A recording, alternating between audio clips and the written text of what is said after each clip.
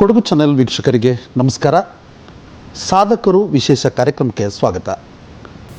ವೀಕ್ಷಕರೇ, ಬಹುಶಃ ಒಂದು ಸೊನ್ನೆಯಿಂದ ಭಾಳಷ್ಟು ಎತ್ತರಕ್ಕೆ ಕಷ್ಟಪಟ್ಟು ಬೆಳೆದವ್ರನ್ನ ನಾವು ಸಾಧಕರು ಅಂತ ಭಾವಿಸ್ತೀವಿ. ಹಾಗೆ ಹಲವಾರು ಸಾಧಕರು ಭಾಳಷ್ಟು ಕಷ್ಟದ ಜೀವನವನ್ನು ನಡೆಸಿ ಒಂದಲ್ಲ ಒಂದು ರೀತಿಯಲ್ಲಿ ಸಾಧನೆಯನ್ನು ಮಾಡಿರ್ತಾರೆ.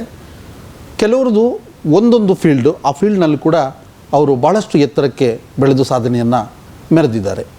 ಅಂಥ ಒಬ್ಬ ಸಾಧಕರನ್ನು ನಾವು ನಿಮಗೆ ಪರಿಚಯಿಸುವ ಕಾರ್ಯಕ್ರಮವೇ ಕೊಡಗು ಚಾನೆಲ್ನ ವಿಶೇಷ ಕಾರ್ಯಕ್ರಮ ಸಾಧಕರು.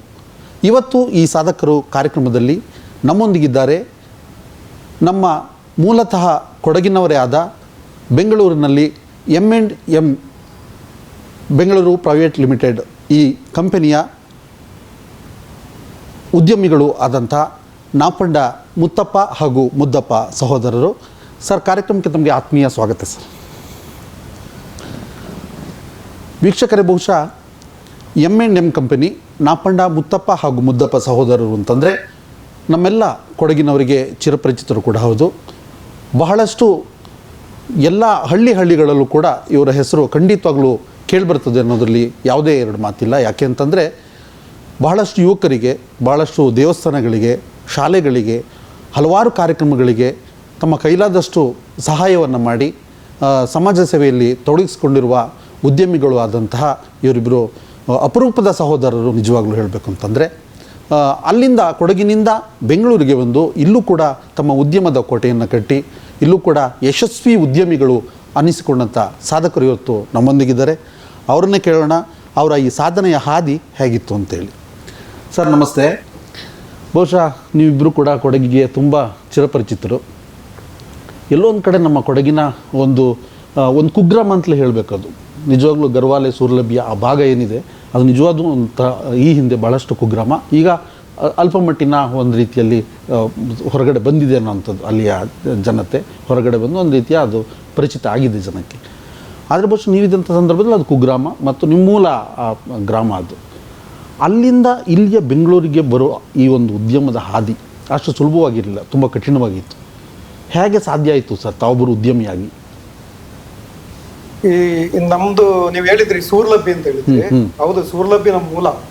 ಆದ್ರೆ ನಾವು ಮೂಲತಃ ಸೂರ್ಲಭ್ಯವರಾದ್ರೂ ನಾವು ಹುಟ್ಟಿವರು ಬೆಳೆದಿದ್ದು ಹೊರಗಡೆ. ಅದು ಸಿದ್ಧಲಿಂಗಪುರ ಗ್ರಾಮದಲ್ಲಿ. ಸಿದ್ಧಲಿಂಗಪುರನು ಕುಗ್ರಾಮನೇ. ನಾವು ಅಲ್ಲಿ ಡಿಗ್ರಿ ಮುಗಿಸೋವರೆಗೂ ಅಲ್ಲಿಗೆ ವಿದ್ಯುತ್ ಸಂಪರ್ಕನೇ ಇರಲಿಲ್ಲ. ನಾವೆಲ್ಲ ಸೀಮಣೆ ಗುಡ್ಡಿನಲ್ಲಿ ಓದಿ ಬೆಳೆದಂಥವ್ರು. ಮತ್ತೆ ಬಿಸ್ನೆಸ್ ಬಗ್ಗೆ ಕೇಳಿದ್ದೀರಿ. ಅದು ಯಾಕೆ ಬಹುಶಃ ನಮ್ಗೇನೋ ರಕ್ತಗತವಾಗಿ ಬಂದಿರಬೇಕು. ನಾವು ಕಾಲೇಜ್ಗೆ ಹೋಗಾಗ್ಲೇನೆ ಟಿಬೆಟಿಯನ್ ಫೀಡ್ಸ್ಗೆ ಜೋಳ ಸೇಲ್ ಮಾಡ್ತಾ ಇದ್ವಿ, ಶುಂಠಿ ಸೇಲ್ ಮಾಡ್ತಾ ಇದ್ವಿ. ಹಾಗಾಗಿ ಅಲ್ಲೇನೆ ನಾವು ಹೆಚ್ಚು ಕಡಿಮೆ ಬಹುಶಃ 17-18ನೇ ವಯಸ್ಸಿಗೆನೆ ವ್ಯಾಪಾರವನ್ನ ಪ್ರಾರಂಭ ಮಾಡಿದ್ವು. ಚಳವಳಿಗಳ ಜೊತೆನಲ್ಲೇ ಕೊಡಗಿನಲ್ಲಿ ಪ್ರತ್ಯೇಕ ಕೊಡಗು ರಾಜ್ಯದ ಚಳವಳಿ ಏನಿತ್ತು ನಾಚಪ್ಪನವರ ನೇತೃತ್ವದಲ್ಲಿ, ಅದ್ರದ್ದು ಭಾಗವಾಗಿನೇ ನಾವು ವ್ಯಾಪಾರ ವಹಿವಾಟಲ್ಲಿ ತೊಡಗಿಸ್ಕೊಂಡಿದ್ವಿ. ಹಂಗಾಗಿ ಅಲ್ಲಿಂದನೇ ಪ್ರಾರಂಭ ಆಯ್ತು ಅಂತ ಹೇಳ್ಬೋದು. ಮತ್ತೆ ವ್ಯಾಪಾರದಲ್ಲಿ ಏಳು ಬೀಳು ಅಂತ ಇರುತ್ತೆ. ಅಂತ ಒಂದು ಕೆಟ್ಟ ಸಂದರ್ಭದಲ್ಲಿ ನಾವು ಹುಟ್ಟಿದ್ದು ಬೆಳೆದ ಊರಂತ ತೊರೆದು ಬೆಂಗಳೂರಿಗೆ ಬರಬೇಕಾಯ್ತು. ಇಲ್ಲೂ ಕೂಡ ಬೇರೆ ಬೇರೆ ಸಮಾಜ ಸೇವೆ ಇಲ್ಲಿಗೂ ಸಿಕ್ಕಿದ್ದು ಲಿಂಕ್ ಕೂಡ ಅದೇನೆ. ಅಲ್ಲಿ ಏನು ಸಮಾಜ ಸೇವೆಯಲ್ಲಿ ತೊಡ್ಕೊಂಡಿದ್ವಿ ಅದೇ ತರದ್ದು ಕೆಲಸಗಳಲ್ಲಿ ತೊಡ್ಕೊಂಡ್ವಿ. ನಮ್ದೇ ಆದಂತಹ ಸ್ವಯಂ ಸೇವಾ ಸಂಸ್ಥೆಯನ್ನು ಕಟ್ಟಿದ್ವಿ. ಭಾರಿ ದೊಡ್ಡ ಮಟ್ಟಕ್ಕೆ ಕರ್ನಾಟಕದ 8 ಜಿಲ್ಲೆಗಳಲ್ಲಿ ನಾವು ಕಾರ್ಯಾಚರಣೆಯನ್ನ ಮಾಡ್ತಾ ಇದ್ದಂತಹ ಒಂದು ಸಂಸ್ಥೆಯನ್ನ ಕಟ್ಟಿದ್ವಿ. ಮೊದಲನೇ ಬಾರಿಗೆ ಕರ್ನಾಟಕದಲ್ಲಿ ಗಾರ್ಮೆಂಟ್ ಕಾರ್ಮಿಕರು ಮತ್ತೆ ಸೆಕ್ಯೂರಿಟಿ ಕಾರ್ಮಿಕರಿಗೆ ಯೂನಿಯನ್ಗಳನ್ನ ಮಾಡಿದ್ವಿ. ಇವತ್ತು ಕೂಡ ಅದು ಯಶಸ್ವಿಯಾಗಿ ನಡೀತಾ ಇದೆ. ಇವತ್ತೇನು ಗಾರ್ಮೆಂಟ್ ವರ್ಕರ್ಸು ಒಂದು ನೆಮ್ಮದಿಯನ್ನ ಜೀವನವನ್ನ ಮಾಡ್ತಾ ಇದ್ದಾರೆ ಅಂತ ಹೇಳಿ ನಾವು ಅನ್ಕೊಂಡಿದ್ರೆ ಅದರಲ್ಲಿ ಒಂದಷ್ಟು ನಮ್ಮ ಹೋರಾಟದ ಪಾಲು ಕೂಡ ಇದೆ ಅಂತ ಹೇಳೋದನ್ನ ನಾವು ಸಂತೋಷವಾಗಿ ಹೇಳ್ಬೇಕಾಗುತ್ತೆ. ಅಲ್ಲಿಂದ ಮತ್ತೆ ವ್ಯಾಪಾರದಲ್ಲಿ ತೊಡ್ಕೊಂಡ್ವಿ. ಅದು ಏನು ಸಲೀಸಾಗಿ ಬಂದಂಥದ್ದಲ್ಲ. ಅದು ನಮಗೆ ಯಶಸ್ವಿಗಿಂತ ಹೆಚ್ಚಾಗಿ 99% ಸೋಲು, 1% ನಾವು ಯಶಸ್ವಿಯನ್ನ ಕಂಡ್ಕೊಂಡು ಬಂದಿದ್ವಿ. ನಾವೇನು ಕೈ ಹಾಕಿದ್ವಿ ಅದರಲ್ಲಿ 100ಕ್ಕೆ 100 ಗೆಲುವೆ ಆಗ್ಬಿಟ್ಟಿದ್ರೆ ನಾವು ಅಂಬಾನಿ ಅದಾನಿಕ್ಕಿಂತ ಮೇಲೆ ಇರಬೇಕಾಗಿತ್ತು. ಆದರೆ ದೊಡ್ಡ ಚಾಲೆಂಜ್ ಗೊತ್ತು. ಅದು ಭಾರತದಂತಹ ಒಂದು ಆರ್ಥಿಕ ಪರಿಸ್ಥಿತಿನಲ್ಲಿ, ಸಾಮಾಜಿಕ ಪರಿಸ್ಥಿತಿನಲ್ಲಿ, ರಾಜಕೀಯ ಪರಿಸ್ಥಿತಿನಲ್ಲಿ ವ್ಯಾಪಾರ ಮಾಡುವಂಥದ್ದು, ಉದ್ಯಮ ನಡೆಸುವಂಥದ್ದು ಅಂತ ಹೇಳೋದು ಭಾರಿ ದೊಡ್ಡ ಚಾಲೆಂಜ್. ಅಲ್ಲೂ ಕೂಡ ಬೇರೆ ಬೇರೆ ಮಾಫಿಯಾ ಇದೆ, ಗ್ಯಾಂಗ್ಗಳಿದಾವೆ, ಜಾತಿ ರಾಜಕೀಯಗಳಿದಾವೆ, ಸಮುದಾಯದ ರಾಜಕೀಯಗಳಿದಾವೆ, ಪ್ರಾದೇಶಿಕ ರಾಜಕೀಯಗಳಿದಾವೆ. ಇದನ್ನೆಲ್ಲ ಮೆಟ್ಟಿ ನಿಲ್ಲಬೇಕು ಅಂತ ಹೇಳಿದ್ರೆ ಅದು ಅಷ್ಟು ಸಾಧಾರಣ ಅಂತ ಮತ್ತೆ ಸುಲಭವಾದಂತಹ ದಾರಿ ಅಲ್ಲ. ಅದ್ರ ಜೊತೆಗೇನೆ ಸಮಾಜ ಸೇವೆ, ರಾಜಕೀಯ ಇದನ್ನ ತಗೊಂಡು ಬಂದಿದ್ದೀವಿ. ಇವತ್ತು ಈ ಪರಿಸ್ಥಿತಿಗೆ ಬಂದು ನಿಂತಿದ್ದೀವಿ. ನೀವು ಹೇಳ್ದಂಗೆ ನಾವೇನೋ ಅಂತ ದೊಡ್ಡ ಸಾಧನೆ ಮಾಡಿದ್ದೀವಿ ಅಂತ ನಮ್ಗೆ ಅನ್ನಿಸ್ತಾ ಇಲ್ಲ. ನಾವು ಇಷ್ಟು ಸಾಧನೆ ಮಾಡಬೇಕು ಅಂತ ಅಂದ್ಕೊಂಡು ಇದನ್ನ ಮಾಡಿದವರಲ್ಲ. ಅದು ಆ ವ್ಯಾಪಾರದ ದಾರಿ ನಮ್ಮನ್ನು ತಗೊಬಂದು ಇಲ್ಲಿ ನಿಲ್ಲಿಸಿದೆ. ಸತತವಾದ ಪರಿಶ್ರಮ. ನಾವು ಬೆಳಗ್ಗೆ 4:15 ಎದ್ರೆ ರಾತ್ರಿ 11 ಗಂಟೆಗೆ ಮಲಗ್ತೀವಿ. ಯಾರೋ ಒಬ್ರು ಕೇಳಿದ್ರು ಮೊನ್ನೆ ನಮ್ಮ ಮಗನ ಮದುವೆ ಆಯ್ತು ಕುಶಾಲನಗರದಲ್ಲಿ, ನಿಮ್ಗೆಲ್ಲ ಗೊತ್ತು, ತಾವೆಲ್ಲ ಪತ್ರಕರ್ತರು ಬಂದಿದ್ರಿ. ಇಷ್ಟು ದೊಡ್ಡ ಮದುವೆನ ಮಾಡಿದ್ರಿ, ನೀವು ಅಚಾನಕ್ಕಾಗಿ ಇಷ್ಟು ಹಣ ಹೇಗೆ ಮಾಡಿದ್ರಿ ಅಂತ ನಾನು ಹೇಳ್ತಾ ಇಲ್ಲ. ಅಚಾನಕ್ಕಾಗಿ ಏನು ಮಾಡಿಲ್ಲ, ನಾವು 1 ರೂಪಾಯಿಗೂ ಕಷ್ಟಪಟ್ಟು. ನಾವಿಲ್ಲಿ ಸ್ವಯಂ ಸೇವಾ ಸಂಸ್ಥೆನ ಕಟ್ಟಬೇಕು ಅಂತ ಹೇಳಿದ್ರೆ ಬೆಂಗಳೂರು ಬೀದಿಗಳಲ್ಲಿ ನಿರೋಧನ ಮಾರಿದ್ದು ನಮಗೆ ಗೊತ್ತು, ಪೆಟ್ಟಿಗೆ ಅಂಗಡಿಗಳಲ್ಲಿ ಅದನ್ನ ಮಾರಿ ಹಣ ಸಂಪಾದನೆ ಮಾಡಿದ್ವಿ. ಸ್ವಯಂ ಸೇವಾ ಸಂಸ್ಥೆಗಳು ಬರೋರು ಇಡೀ ಕರ್ನಾಟಕದಿಂದ. ನಮ್ಮ ಕಚೇರಿ ಬೊಂಬ ಬಜಾರ್, ಶಿವಾಜಿನಗರ ಬೊಂಬ ಬಜಾರಲ್ಲಿ ಒಂದು ಕಚೇರಿ ಇತ್ತು ನಮಗೆ 1999 ಇಂದ 2004ವರೆಗೆ. ಸ್ವಯಂ ಸೇವಾ ಸಂಸ್ಥೆಗಳು ಏನು ಬರ್ತಾ ಇದ್ರು ಅದಕ್ಕೆ ಅಲ್ಲಿ ನಾನು ಮತ್ತೆ ಮುತ್ತಪ್ಪ ಅವ್ರು ಇಬ್ರು ಅಕೌಂಟ್ಸ್ ಬರೆಯೋದು, ಅವರಿಗೆ ಆನ್ಯುವಲ್ ರಿಪೋರ್ಟ್ಗಳನ್ನ ಮಾಡ್ಕೊಡ್ತಾ ಇದೀವಿ, ಅವ್ರು ಒಂದಷ್ಟು ದುಡ್ಡು ಕೊಡೋರು. ಈ ತರ ನಾವು ಸಂಸ್ಥೆಗಳನ್ನ ಬೆಳೆಸ್ಕೊಂಡು ಬಂದಿದ್ದೀವಿ. ಏನೋ ಅಚಾನಕ್ಕಾಗಿ ಏನು ಬಂದಂಥದ್ದಲ್ಲ. ಖಂಡಿತ ಸರ್, ಯಾಕೆಂದರೆ ಪ್ರತಿಯೊಬ್ಬರು ನಡೆದು ಬರುವಂಥ ದಾರಿ ಏನಿದೆ ಅಲ್ಲಿ ಕಲ್ಲು ಮುಳ್ಳುಗಳು ಖಂಡಿತವಲ್ಲೂ ಇದ್ದೇ ಇರ್ತದೆ. ಆ ಕಲ್ಲುಗಳನ್ನು ಸಹಿಸ್ಕೊಂಡು ಬಂದಷ್ಟೇ ಮಾತ್ರ ಯಶಸ್ವಿ ಆಗಲಿಕ್ಕೆ ಸಾಧ್ಯ. ತಾವು ಹೇಳಿದ್ರಿ ಏನಂತಂದರೆ ಬಹುಶಃ ತಾವು ವಿದ್ಯಾರ್ಥಿ ದಿಸೆಯಲ್ಲಿ 18 ವರ್ಷದ ನಂತರ ತಾವು ಈ ಕಡೆ ಬಂದ್ರಿ ಅನ್ನುವಂಥದ್ದು. ಕಾಲೇಜಿನ ವಿದ್ಯಾಭ್ಯಾಸ ದಿನಗಳಲ್ಲಿ ಯಾಕೆಂದರೆ ಒಂದು ಸಂಘಟನೆ ಒಂದು ಮಾಡಬೇಕು ಅನ್ನುವಾಗ ನಾಯಕತ್ವದ ಗುಣ ಬೇಕು ಅನ್ನುವಾಗ ಅದು ಬಹುಶಃ ತಮ್ಮ ವಿದ್ಯಾಭ್ಯಾಸದ ಸಂದರ್ಭದಲ್ಲೇ ಪ್ರಾರಂಭ ಆಗ್ತದೆ. ಹೇಗೆ ಇದು ವಿದ್ಯಾಭ್ಯಾಸ ಸಂದರ್ಭ ಹೇಗೆ ಪ್ರಾರಂಭ ಆಯಿತು ನಿಮ್ಮದು? ಇಲ್ಲ, ಈ ಹೋರಾಟದ್ದು ಮತ್ತೆ ಜನಪರವಾದಂಥ ನಿಲುವುಗಳೇನಿದ್ದಾವೆ ಅದು ತುಂಬ ಹಿಂದಕ್ಕೆ ಹೋಗುತ್ತೆ. ಬಹುಶಃ ನಮಗೆ ನೆನಪಿರೋ ಮೊದಲನೇ ಹೋರಾಟ, ನಾವೇ ಸಂಘಟನೆ ಮಾಡಿದಂಥ ಮೊದಲನೇ ಹೋರಾಟ ಅಂದರೆ ನಾವು 7th ಸ್ಟ್ಯಾಂಡರ್ಡ್ ಎಕ್ಸಾಮ್ ಬರೆದಿದ್ವಿ, ಫೈನಲ್ ಎಕ್ಸಾಮ್, ಗೋಣಿಮರೂರು ಸರ್ಕಾರಿ ಹಿರಿಯ ಪ್ರಾಥಮಿಕ ಶಾಲೆನಲ್ಲಿ. ನಮ್ಮ ಟೀಚರ್ಸ್ ಏನು ಮಾಡಿದ್ರು, ನಿಮಗೆ ಸೆಂಡ್ ಆಫ್ ಕೊಡ್ತೀವಿ ಅಂತ ಹೇಳಿ ಏನೋ ಒಂದು ಚಿಕ್ಕ ಅಮೌಂಟನ್ನು ಕಲೆಕ್ಟ್ ಮಾಡ್ಕೊಂಡಿದ್ರು. ಎಷ್ಟು ಅಂತ ನೆನಪಿಲ್ಲ ಇವಾಗ, ಎಷ್ಟು ಅಮೌಂಟ್ ಅಂತ ನೆನಪಿಲ್ಲ. ಆದರೆ ಎಕ್ಸಾಮ್ ಕೊನೆ ದಿನ ಮುಗಿತು, ನಮಗೆ ಸೆಂಡ್ ಆಫ್ ಮಾಡಿಲ್ಲ. ನಮ್ದು ಫೋಕಸ್ ಇದ್ದಿದ್ದು ಏನಕ್ಕೆ ಅಂದರೆ ಫೋಟೋಕ್ಕೆ. ಯಾಕಂದ್ರೆ ಅವಾಗ ಫೋಟೋ ಇಟ್ಕೊಳ್ಳೋದೇ 87 ಇಟ್ ವಾಸ್. ಫೋಟೋ ಇಟ್ಕೊಳ್ಳೋದೇ ದೊಡ್ಡ ವಿಷಯ ಆಗಿದ್ದಾಗ ಫೋಟೋ ಹಿಡಿಲಿಲ್ಲ ಅಂತೇಳಿ ನಾವೆಲ್ಲ ಒಂದು 20 ಸ್ಟೂಡೆಂಟ್ಸ್ ಇದ್ವೇನೋ ಕೇರಳ ಕೆಂಡವಾಗಿ ಹೆಡ್ ಮಾಸ್ಟರ್ದು ಚೇಂಬರ್ ಎದುರುಗಡೆ ಧರಣಿ ಕೂತಿದ್ವಿ. 87ನೇ ಇಸ್ವಿನಲ್ಲಿ. ಅಂದರೆ ನಮಗೆ ಎಷ್ಟು ವರ್ಷ ಇರ್ಬೋದು ಅವಾಗ, ಒಂದು 14 ಇಯರ್ಸ್ ಇರ್ಬೋದು, 13 ಅಥವಾ 14 ವರ್ಷ ಇರ್ಬೋದು. ಅಲ್ಲಿಂದ ಅದು ಮೊದಲನೇ ನೆನಪು ಈ ಥರದ ಹೋರಾಟದ್ದು. ಇದು ಮತ್ತೆ ಅದ್ರ ಜೊತೆಯಲ್ಲಿ ನಿರಂತರವಾದಂಥ ಓದು. ಈ ಪ್ರಜಾವಾಣಿ ಪತ್ರಿಕೆನ ನಾವು 5ನೇ ಕ್ಲಾಸ್ 6ನೇ ಕ್ಲಾಸಿಂದ ಓದ್ತಾ ಇದ್ವಿ. ಇವತ್ತು ಕೂಡ ಪ್ರಜಾವಾಣಿ ಓದದೆ ನಾವು ಎದ್ದು ಯಾವುದೇ ಕೆಲಸಕ್ಕೂ ಹೊರಗಡೆ ಹೋಗಲ್ಲ. ಅದನ್ನ ಓದಲೇಬೇಕು, ಅದು ಓದಿದ್ರೇನೆ ಒಂದು ನೆಮ್ಮದಿ. ಅಂದ್ರೆ ನಾನು ಅದೊಂದು ಉದಾಹರಣೆಯಾಗಿ ತಗೊಂಡಿದ್ದೀನಿ. ಅಂದ್ರೆ ಸಾಕಷ್ಟು ಪತ್ರಿಕೆಗಳು, ಇವತ್ತಿನ ನ್ಯೂಸ್ ಚಾನೆಲ್ಗಳು, ಮತ್ತೆ ಇವಾಗ ಸಾಕಷ್ಟು ವಾಟ್ಸಪ್ ಗ್ರೂಪ್ಗಳಲ್ಲಿ ನೀವು ಬೇರೆ ಬೇರೆ ಟಿವಿ ಚಾನೆಲ್ಗಳವರು, ಯೂಟ್ಯೂಬ್ ಚಾನೆಲ್ಗಳವ್ರು ಹಾಕುವಂಥ ನ್ಯೂಸ್ಗಳು, ಇದನ್ನ ಫಾಲೋ ಅಪ್ ಮಾಡ್ಕೊಂಡು ಬಂದಿದ್ವಿ. ಅದ್ರ ಜೊತೆನಲ್ಲಿ ನಮಗೆ ಇನ್ಸ್ಪೈರ್ ಆದಂಥ ಅನೇಕ ಮಹಾನ್ ನಾಯಕರುಗಳು, ಗಾಂಧಿ ಇರ್ಬೋದು, ಬುದ್ಧ ಇರ್ಬೋದು, ಬಸವಣ್ಣ ಇರ್ಬೋದು, ಅಂಬೇಡ್ಕರ್ ಇರ್ಬೋದು, ಅಥವಾ ಭಾರತ ದೇಶದಿಂದ ಹೊರಗಡೆ ಇದ್ದಂಥ ಚೆಗೆವಾರ ಇರ್ಬೋದು, ಫಿಡೆಲ್ ಕ್ಯಾಸ್ಟ್ರೋ ಇರ್ಬೋದು. ನಾವು ಯಾರು ನಮ್ಮ ರಾಜಕೀಯದ ಆದರ್ಶ ಅಂತ ಇವತ್ತಾದ್ರೂ ನಂಬ್ಕೊಂಡಿದ್ವಿ ಫಿಡೆಲ್ ಕ್ಯಾಸ್ಟ್ರೋ ಅವರು. ಇವರೆಲ್ಲ ಭಾರಿ ನಮಗೆ ಇನ್ಸ್ಪೈರೇಷನ್ ಅಂತ ಹೇಳಿದ್ರೆ ತಪ್ಪಾಗಲಿಕ್ಕಿಲ್ಲ. ಖಂಡಿತವಾಗ್ಲು. ಯಾಕೆಂತಂದರೆ ಹೌದು, ಯಾವಾಗ ಆ ಒಂದು ಎಳೆ ವಯಸ್ಸಿನಲ್ಲಿ ಹೋರಾಟದ ಒಂದು ರೀತಿಯ ಮನೋಭಾವನೆ ಬೆಳೀತದೆ, ಅದು ಖಂಡಿತವಾಗ್ಲೂ ಆ ಒಂದು ರೀತಿಯಲ್ಲಿ ಅದು ಮುಂದೆ ಸಾಕ್ತಾನೆ ಇರ್ತದೆ ಅಂತ ಹೇಳ್ಬೋದು. ಈಗ ಬಹುಶಃ ಮುತ್ತಪ್ಪ ಸರ್ ಅವರು ಕೂಡ ಅಷ್ಟೇ ಏನಂತಂದರೆ ಒಂದು ರೀತಿಯಲ್ಲಿ ಜನ ಮೆಚ್ಚಿದ ಒಬ್ಬ ಸಮಾಜ ಸೇವಕರು ಹೌದು, ಒಬ್ಬ ರಾಜಕಾರಣಿನೂ ಹೌದು. ಯಾಕಂದರೆ ಬಹಳ ಒಂದು ರೀತಿಯಲ್ಲಿ ಜನಕ್ಕೆ ತುಂಬ ಹತ್ತಿರವಾದಂಥ ಸಮಾಜ ಸೇವಕರು ಕಮ್ ರಾಜಕಾರಣಿ ಅಂತ ಹೇಳೋದು. ಬಹುಶಃ ಎಷ್ಟೋ ಜನಗಳಲ್ಲಿ ಒಂದು ರೀತಿಯಲ್ಲಿದೆ ಏನಂತಂದರೆ ಅಣ್ಣ ತಮ್ಮ ಇಬ್ಬರು ಕೂಡ ಬಹಳ ಹತ್ತಿರ ಆಗಿದ್ದೀರಿ, ಜನತೆಗೆ ಹತ್ತಿರ ಆಗಿದ್ದೀರಿ. ಒಬ್ಬರು ಉದ್ಯಮಿಯಲ್ಲಿ ಮೇಲುಗೈ ಸಾಧಿಸಿದರೆ ಇನ್ನೊಬ್ಬರು ರಾಜಕಾರಣದಲ್ಲಿದ್ದಾರೆ ಅನ್ನುವಂಥದ್ದು. ರಾಜಕಾರಣ ಜೀವನ ಒಂದು ರೀತಿಯಲ್ಲಿ ಉದ್ಯಮ ಏನು ಹೋರಾಟದ ಜೀವನ ಒಂದು ಕಡೆ ಇತ್ತು. ರಾಜಕಾರಣದ ಹತ್ರ ಆಸಕ್ತಿ ಹೇಗೆ ಬೆಳೀತು ಸರ್ ತಮಗೆ?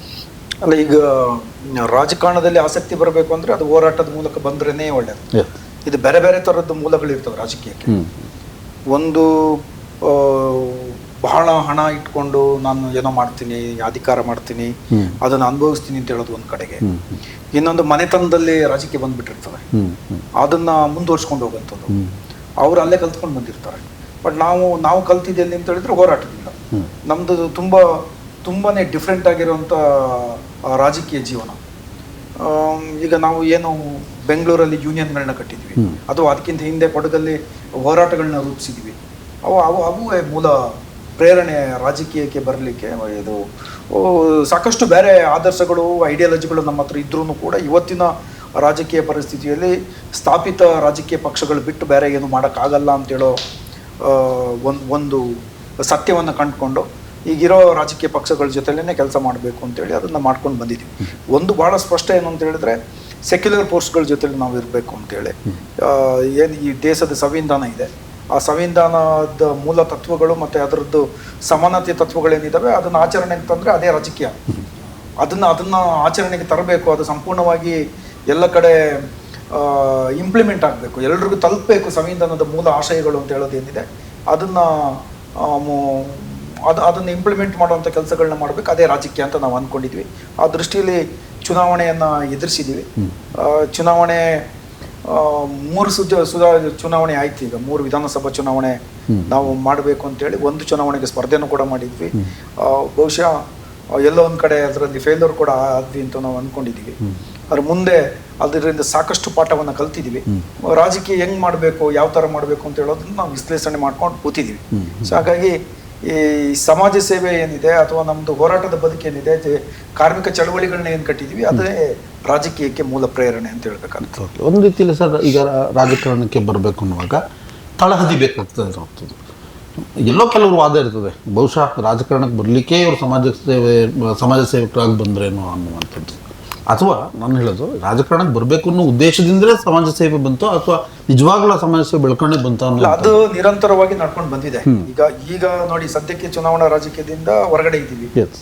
ನಾವು ಮೊನ್ನೆ ಚುನಾವಣೆಯಲ್ಲಿ ಸೋತ ಮೇಲೆ 2023ರಲ್ಲಿ ನಾವು ಏನು ಸಮಾಜ ಸೇವೆ ಮಾಡಬೇಕು ಅದನ್ನ ಕಂಟಿನ್ಯೂ ಮಾಡ್ಕೊಂಡು ಬಂದಿದ್ದೀವಿ. ಅದರಲ್ಲಿ ನಾವು ಚುನಾವಣೆಗೆ ನಿಂತೇ ಬಿಡಬೇಕು, ನಾಳೆ ಮತ್ತೆ ನನಗೆ ನಾನಿರೋ ಪಾರ್ಟಿ ಟಿಕೆಟ್ ಕೊಟ್ಬಿಡ್ತಾರೆ, ಇನ್ನೇನೋ ಮಾಡ್ತಾರೆ ಅಂತ ಹೇಳೋಂಥದ್ದಲ್ಲ. ಅದು ನಮ್ಮ ಜೊತೆಲಿರೋಂಥವ್ರು, ನಮಗೆ ಕೆಲಸ ಮಾಡಿದಂಥವ್ರು, ನಮ್ಮ ಜೊತೆ ಒಡನಾಟನ ಇಟ್ಕೊಂಡಿರೋರು, ನಮ್ಮ ಊರವರು, ನಾವು ಕಲಿತ ಶಾಲೆ ಅಂತ ಅಲ್ಲಿ ಯಾರು ಮಕ್ಕಳಿಗೆ ಅಥವಾ ಶಾಲೆಗೆ ಅಥವಾ ಅಲ್ಲಿ ಇರೋ ರೋಗಿಗಳಿಗೆ ಏನು ಸಹಾಯಗಳನ್ನ ಮಾಡೋಕ್ಕಾಗುತ್ತೆ ನಮ್ಮ ಕೈಯಲ್ಲಿ, ನಮ್ಮ ಜೋಬಲ್ಲಿ ಏನಿರುತ್ತೆ ಅದನ್ನು ಸಹಾಯ ಮಾಡ್ಕೊಂಡು ಬಂದಿದ್ದೀವಿ. ಅದನ್ನ ಸಮಾಜ ಸೇವೆ ಅಂತ ಅಂದ್ಕೊಳ್ತೀವಿ ನಾವು. ಇತ್ತೀಚೆಗೆ ನನಗೆ ಕೊಡಗು ಯೂನಿವರ್ಸಿಟಿಯಲ್ಲಿ NSS ಶಿಬಿರಕ್ಕೆ ಕರೆದಿದ್ರು. ನಾನು ಅಲ್ಲೂ ಅದನ್ನೇ ಹೇಳಿದೆ, ಸಮಾಜ ಸೇವೆ ಅಂದ್ರೆ ಏನು? ಸಮಾಜ ಸೇವೆ ಅಂದರೆ ಯಾರು ಕಷ್ಟದಲ್ಲಿದ್ದಾರೆ ಅವ್ರಿಗೊಂದು ಚಿಕ್ಕ ಸಹಾಯ ಮಾಡೋದು. ಅದು ಮನಸ್ಸು ಒಳಗಡೆಯಿಂದ ಬರಬೇಕು. ನೀವು ದುಡ್ಡು ಇಲ್ಲದೆ ಇದ್ದಾಗ ನಾನು ಸಮಾಜ ಸೇವೆ ಮಾಡ್ತೀನಿ ಅಂತ ಹೇಳೋ ಕನಸು ಕಾಣೋದಕ್ಕೂ, ದುಡ್ಡು ಬಂದ ಮೇಲೆ ಆ ಮನಸ್ಸು ಇರುತ್ತದೆ ಅಂತ ಹೇಳೋದು ಏನು ಗ್ಯಾರಂಟಿ ಇಲ್ಲ. ದುಡ್ಡು ಬಂದ ಮೇಲೆ ಸಮಾಜ ಸೇವೆ ಮಾಡಬೇಕು ಅಂತ ಹೇಳೋ ಮನಸ್ಸು ಇರೋದು ಕೆಲವು ಜನಕ್ಕೆ. ದುಡ್ಡು ಬಂದ ಮೇಲೆ ಬಹಳಷ್ಟು ಜನಕ್ಕೆ ಏನಾಗುತ್ತೆ ಅಂತ ಹೇಳಿದ್ರೆ, ನಾನು ಮಜಾ ಮಾಡಬೇಕು, ನಾನು ಒಳ್ಳೆ ಕಾರ್ ತಗೋಬೇಕು, ದೊಡ್ಡ ಮನೆ ಕಟ್ಟಬೇಕು, ಐಷಾರಾಮಿ ಜೀವನ ನಡೆಸಬೇಕು, ವರ್ಷಕ್ಕೆ 4 ಸಲ ಫಾರಿನ್ ಟ್ರಿಪ್ ಮಾಡಬೇಕು ಅಂತ ಅಂದ್ಕೊಂಡಿರ್ತಾರೆ. ನೀವು ನಂಬ್ತಿರೋ ಬಿಡ್ತೀರ, ನನ್ನ ಜೀವನದಲ್ಲಿ ಒಂದೇ ಒಂದ್ಸಲಿ ಫಾರಿನ್ ಟ್ರಿಪ್ ಹೋಗಿ ಬಂದಿದ್ದೀನಿ. ಅದನ್ನು ನನ್ನ ಖರ್ಚಲ್ಲಿ ಹೋಗಿಲ್ಲ. ನಾನು ಕೆಲಸ ಮಾಡ್ತಾ ಇದ್ದ ಯೂನಿಯನ್ ಅವರು ಕಳ್ಸಿಕೊಟ್ಟಿದ್ರು ನನ್ನ ಒಂದು ಕಾನ್ಫರೆನ್ಸ್ ಅಲ್ಲಿ ಪೇಪರ್ ಮಂಡನೆ ಮಾಡೋಂಥ. ಅದು ಬಿಟ್ರೆ ನಾನು ಯಾವತ್ತೂ ಕೂಡ ನಮ್ಮ ಸ್ವಂತ ದುಡ್ಡು ಹಾಕಿ ಫಾರಿನ್ ಟ್ರಿಪ್ ಮಾಡಿಲ್ಲ. ನೀವು ಜೀವಮಾನದಲ್ಲಿ ಯಾವತ್ತೂ ಟೂರ್ ಹೋಗಿಲ್ಲ. ನನ್ನ ಹೆಂಡತಿ ಮಕ್ಕಳಿದ್ದಾರೆ, ನನ್ನ ಮದುವೆ ಆಗಿ 19 ವರ್ಷ ಆಯ್ತು. ನನ್ನ ಮಕ್ಕಳಿಗೇನು ಈಗ 17 ವರ್ಷ, ಮಗಳಿಗೆ 14 ವರ್ಷ ಆಗಿದೆ. ಯಾವತ್ತೂ ಕೂಡ ಒಂದು ಚಿಕ್ಕ ಟ್ರಿಪ್ ಕೂಡ ಹೋಗಿಲ್ಲ. ಹಂಗೆ ನನಗೆ ಬೇಕು ಅನ್ಸಿದ್ರೆ ನಾನು ಯಾವಾಗಲೂ ಹೋಗ್ಬೋದಿತ್ತು. ಎಂಜಾಯ್ ಮಾಡೋದು ಬೇರೆ. ಈಗ ಏನಾಗುತ್ತೆ, ನನಗೆ ಕಂಪನಿಲಿ ಇಷ್ಟು ಅಂತ ಒಂದು ಪೇಮೆಂಟ್ ಬರುತ್ತೆ. ಪೇಮೆಂಟ್ ಇಷ್ಟು ಅಂತ ಕೊಡ್ತಾರೆ ನಾನು ಕೆಲಸ ಮಾಡಿದ್ದಕ್ಕೆ ಕೂಲಿ. ಅದನ್ನ ನಾನೇನ್ ಮಾಡ್ತೀನಿ, ನನ್ನ ಖರ್ಚಿಗೆ ಎಷ್ಟಾಗುತ್ತೆ ಅದನ್ನ ಇಟ್ಕೊಂಡು, ಯಾರೋ ಒಬ್ರಿಗೆ ಹುಷಾರಿಲ್ಲ, ಯಾರೋ ಮಕ್ಕಳು ಫೀಸ್ ಕಟ್ಟಿಲ್ಲ, ಇನ್ನೇನೋ ಸಮಸ್ಯೆ, ಅದು ಸಮಾಜ ಸೇವೆ. ಅದು ಬಿಟ್ಬಿಟ್ಟು ನಾನೊಂದಷ್ಟು ಇಡ್ಗಂಟು ಇಟ್ಕೊಬಂದು ಎಲ್ರಿಗೂ ಹಂಚ್ಕೊಂಡು ಬಂದು ನಾನು ಸಮಾಜ ಸೇವೆ ಮಾಡ್ತೀನಿ, ನಾನು ರಾಜಕೀಯ ಮಾಡ್ತೀನಿ ಅಂತ ಹೇಳೋಂಥದ್ದಲ್ಲ. ಇಲ್ಲಿ ಬಹಳ ಜನ ರಾಜಕೀಯ ಮಾಡೋದು ನಾನು ನೋಡಿದ್ದೀನಿ. ಕೆಲವು ಈಗ ಈ ದೇಶದ ಟ್ಯಾಕ್ಸ್ ವ್ಯವಸ್ಥೆ ಒಳಗಡೆ ಒಂದಷ್ಟು ಹಣನ ಸಮಾಜ ಸೇವೆಗೆ ಯೂಸ್ ಮಾಡಲೇಬೇಕು. ಆ ದುಡ್ಡನ್ನ ತಗೊಂಡು ನಾನು ಸಮಾಜ ಸೇವೆ ಮಾಡ್ಕೊಂಡು ಅಂತ ಹೇಳ್ಕೊಂಡು ಬರ್ತಾರೆ. ಬಟ್ ನಾನು ಟ್ಯಾಕ್ಸ್ ನ ಉಳಿಸ್ತೆ ಅಂತ ಹೇಳಲ್ಲ. ತುಂಬಾ ಕಂಪನಿಗಳು, ನಾನು ಕೆಲವು ಕಂಪನಿಗಳ ಹೆಸರು ಹೇಳಲ್ಲ, ದೊಡ್ಡ ಹೆಸರನ್ನ ಮಾಡಿದ್ದಾರೆ, ಸಮಾಜ ಸೇವೆ ಮಾಡ್ತಾರೆ ಅಂತ ಹೇಳ್ತಾರೆ.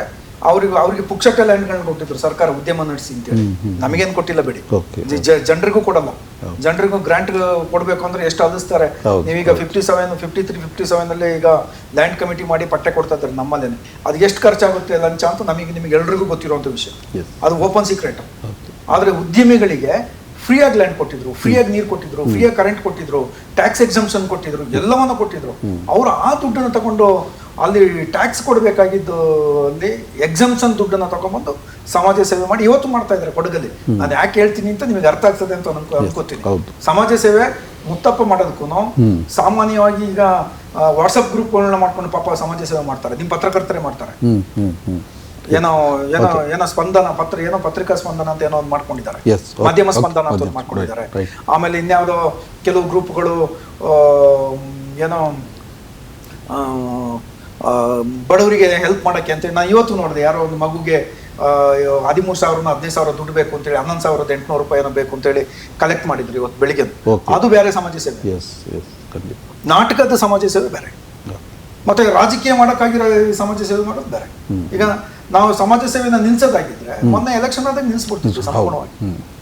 ಇಲ್ಲ, ಅದು ರಾಜಕೀಯ ಬರ್ತೀವಿ, ರಾಜಕೀಯಕ್ಕೆ ಯಾವಾಗ ಬರಬೇಕು, ನಾವು ಈಗ ಯಾವ ಚುನಾವಣೆಗೆ ಸ್ಪರ್ಧೆ ಮಾಡಬೇಕು, ಯಾವಾಗ ನಾವು ಕಾಣಿಸ್ಕೊಳ್ಬೇಕು ಆವಾಗ ಕಾಣಿಸ್ಕೊಳ್ಳೋಣ, ಅದರಲ್ಲೇನು ನಾವು ಸಮಸ್ಯೆ ಇಲ್ಲ. ಅದೊಂದು ಒಂದ್ ಕಡೆಗೆ. ಬಟ್ ಸಮಾಜ ಸೇವೆನ ನಿರಂತರವಾಗಿ ಮಾಡಬೇಕು. ಸಮಾಜ ಸೇವೆ ನೀವು ನಿಮಗೆ ದುಡ್ದು ನಿಮ್ಮ ಹತ್ರ ಒಂದಷ್ಟು ಸಾಕಷ್ಟು ಹಣ ಇದೆ ಅಂತ ಅನಿಸಿದಾಗ ನಿಮ್ಮ ಮನಸ್ಸಲ್ಲಿ ಬರಬೇಕು, ನಾನು ಸಮಾಜ ಸೇವೆ ಮಾಡ್ತೀನಿ, ನಾನು ಕಷ್ಟದಲ್ಲಿರೋರಿಗೆ ಸಹಾಯ ಮಾಡಬೇಕು ಅಂತ. ಅದು ಬಿಟ್ಬಿಟ್ಟು ಈಗ ಸ್ಟೂಡೆಂಟ್ಗೆ ತಲೆ ತಿಂತಾ ಇದ್ರು ಅವತ್ತು ಕೂರಿಸ್ಕೊಂಡು NSS ಕ್ಯಾಂಪಲ್ಲಿ ಹೆಂಗೆ ಸಮಾಜ ಸೇವೆ ಮಾಡಬೇಕು. ನಾನು ಹೇಳಿದೆ, ನೋ, ಇದೆಲ್ಲ ಸಮಾಜ ಸೇವೆ ಕಲಿಸ್ಬೇಕು ಮಕ್ಕಳಿಗೆ. ಆದರೆ ನೀವು ದುಡ್ದು ನೀವು ಒಂದಷ್ಟು ಸ್ಥಿತಿಯಂತರಾದಾಗ ನೀವು ಸಮಾಜನ ಮರಿಬಾರ್ದು, ಸಮಾಜನ ಮರ್ತು ಬಿಡಬಾರ್ದು. ಸಮಾಜ ಸೇವೆ ಅಂತ ಹೇಳಿದ್ರೆ ನಮ್ಮ ಹತ್ರ ಇದ್ದಾಗ್ಲೂ ಸಮಾಜ ಸೇವೆ ಮಾಡೋದು, ಇದು ನಿಜವಾದ ಸಮಾಜ ಸೇವೆ. ಸಾಕಷ್ಟು ಜನ ಇದ್ದಾರೆ ಈಗ ಕೊಡಗಲ್ಲಿ. ಈಗ ನಾನು ಕೊಡಗದ ಬಟ್ಟಿಗೆನೆ ಮಾತಾಡಬೇಕು ಅಂತ ಇದ್ರೆ ಎಷ್ಟೋ ಜನ ಶಾಲೆಗೆ, ದೇವಸ್ಥಾನಗಳಿಗೆ, ಅಥವಾ ಸಾರ್ವಜನಿಕ ಈಗ ಬಸ್ ಶೆಲ್ಟರ್ಗೆ, ಬಸ್ ಸ್ಟಾಫಿಗೆ, ಮಹಿಳಾ ಸಮಾಜಕ್ಕೆ ಎಲ್ಲ ಸ್ಥಳದಾನ ಮಾಡಿದವರಿದ್ದಾರೆ, ಬಿಲ್ಡಿಂಗ್ ಕಟ್ಕೊಟ್ಟವರಿದ್ದಾರೆ, ಮಕ್ಕಳಿಗೆ ಬಟ್ಟೆ ತೆಕ್ಕೊಡೋರಿದ್ದಾರೆ, ಪುಸ್ತಕ ಕೊಡೋರಿದ್ದಾರೆ, ನೀವು ಮಕ್ಕಳದ್ದು ಫೀಸ್ ಕಟ್ಟೋರಿದ್ದಾರೆ. ನಮ್ದೇ ನಾವು ಓದಿದ್ವಿ ಹೆಬ್ಬಾಳ ಹೈಸ್ಕೂಲಲ್ಲಿ ಒಬ್ರು ಕಾರ್ಯದರ್ಶಿಯವರು, ಆಡಳಿತ ಮಂಡಳಿ ಕಾರ್ಯದರ್ಶಿಯವರು 8th ಮತ್ತೆ ಫಸ್ಟ್ PUC ಎಲ್ಲ ಮಕ್ಕಳ ಫೀಸನ್ನ ಅವ್ರೊಬ್ಬರೇ ಕಟ್ಬಿಟ್ಟಿದ್ದಾರೆ. ಆ ಥರದ್ದು ಸಾಕಷ್ಟು ಜನ ಸಮಾಜ ಸೇವಕರು ಇರ್ತಾರೆ. ಅದು ಮನಸ್ಸು ಒಳಗಡೆಯಿಂದ ಬರಬೇಕು. ಅವ್ರೇನೋ ಉದ್ದೇಶ ಇಟ್ಕೊಂಡಿಲ್ಲ ನಾನು ಅಲ್ಲೇನೋ ಎಲೆಕ್ಷನ್ ನಿಲ್ಬೇಕು ಅಂತ, ಅದಲ್ಲ.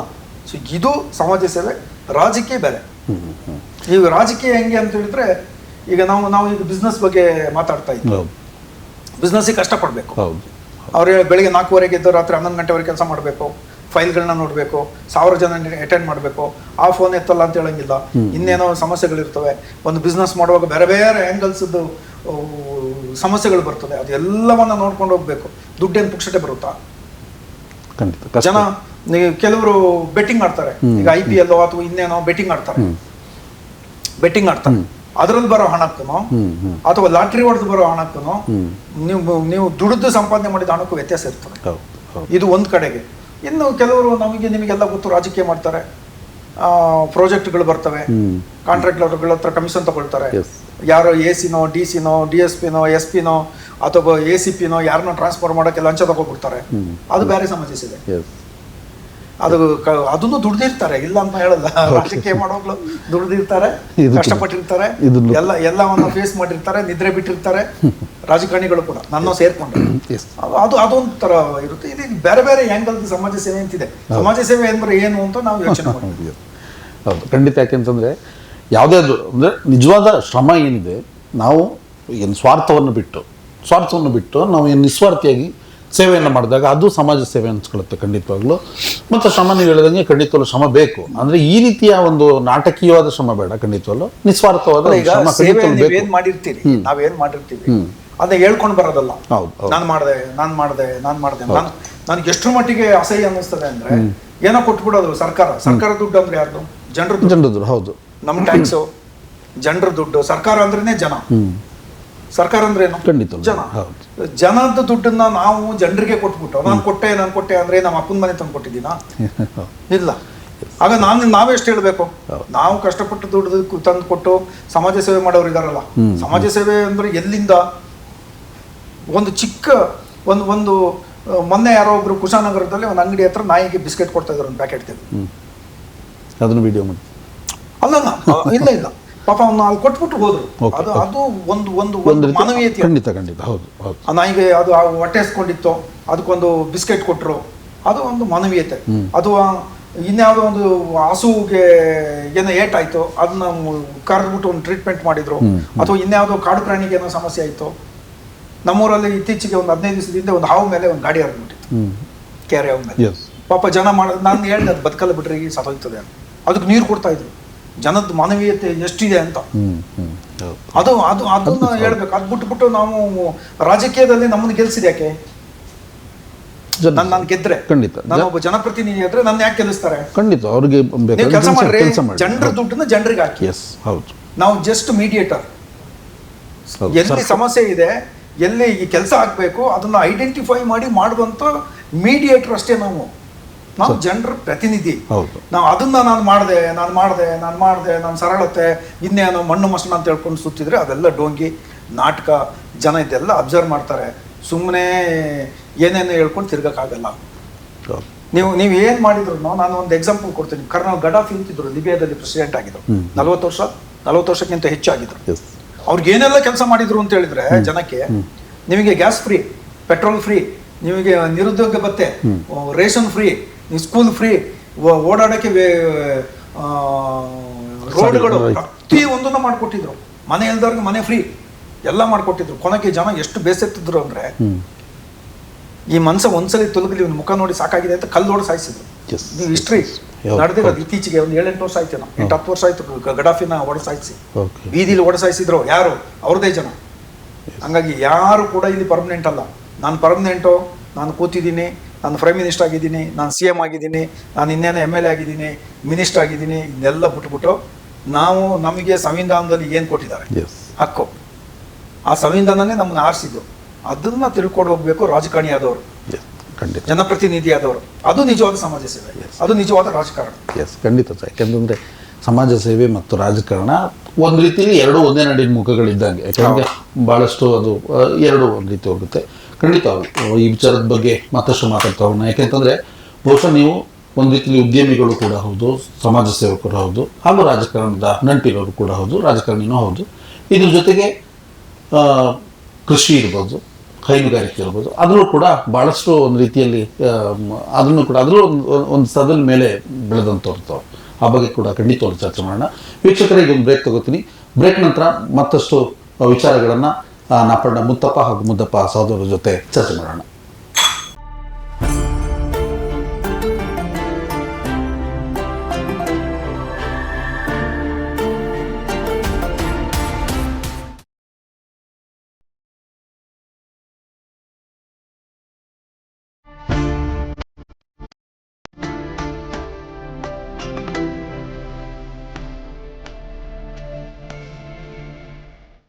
ವೀಕ್ಷಕರೇ, ಒಂದು ಬ್ರೇಕ್ ನಂತರ ಮತ್ತೆ ಕಾರ್ಯಕ್ರಮಕ್ಕೆ ಸ್ವಾಗತ.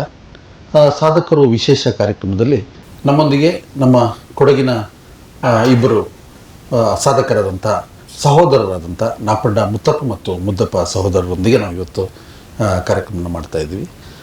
ಅವರ ಸಾಮಾಜಿಕ ಸೇವೆಗಳು ಮತ್ತು ರಾಜಕಾರಣ ಈ ವಿಚಾರಗಳ ಬಗ್ಗೆ ಮಾತಾಡ್ತಾ ಇದ್ದೋ.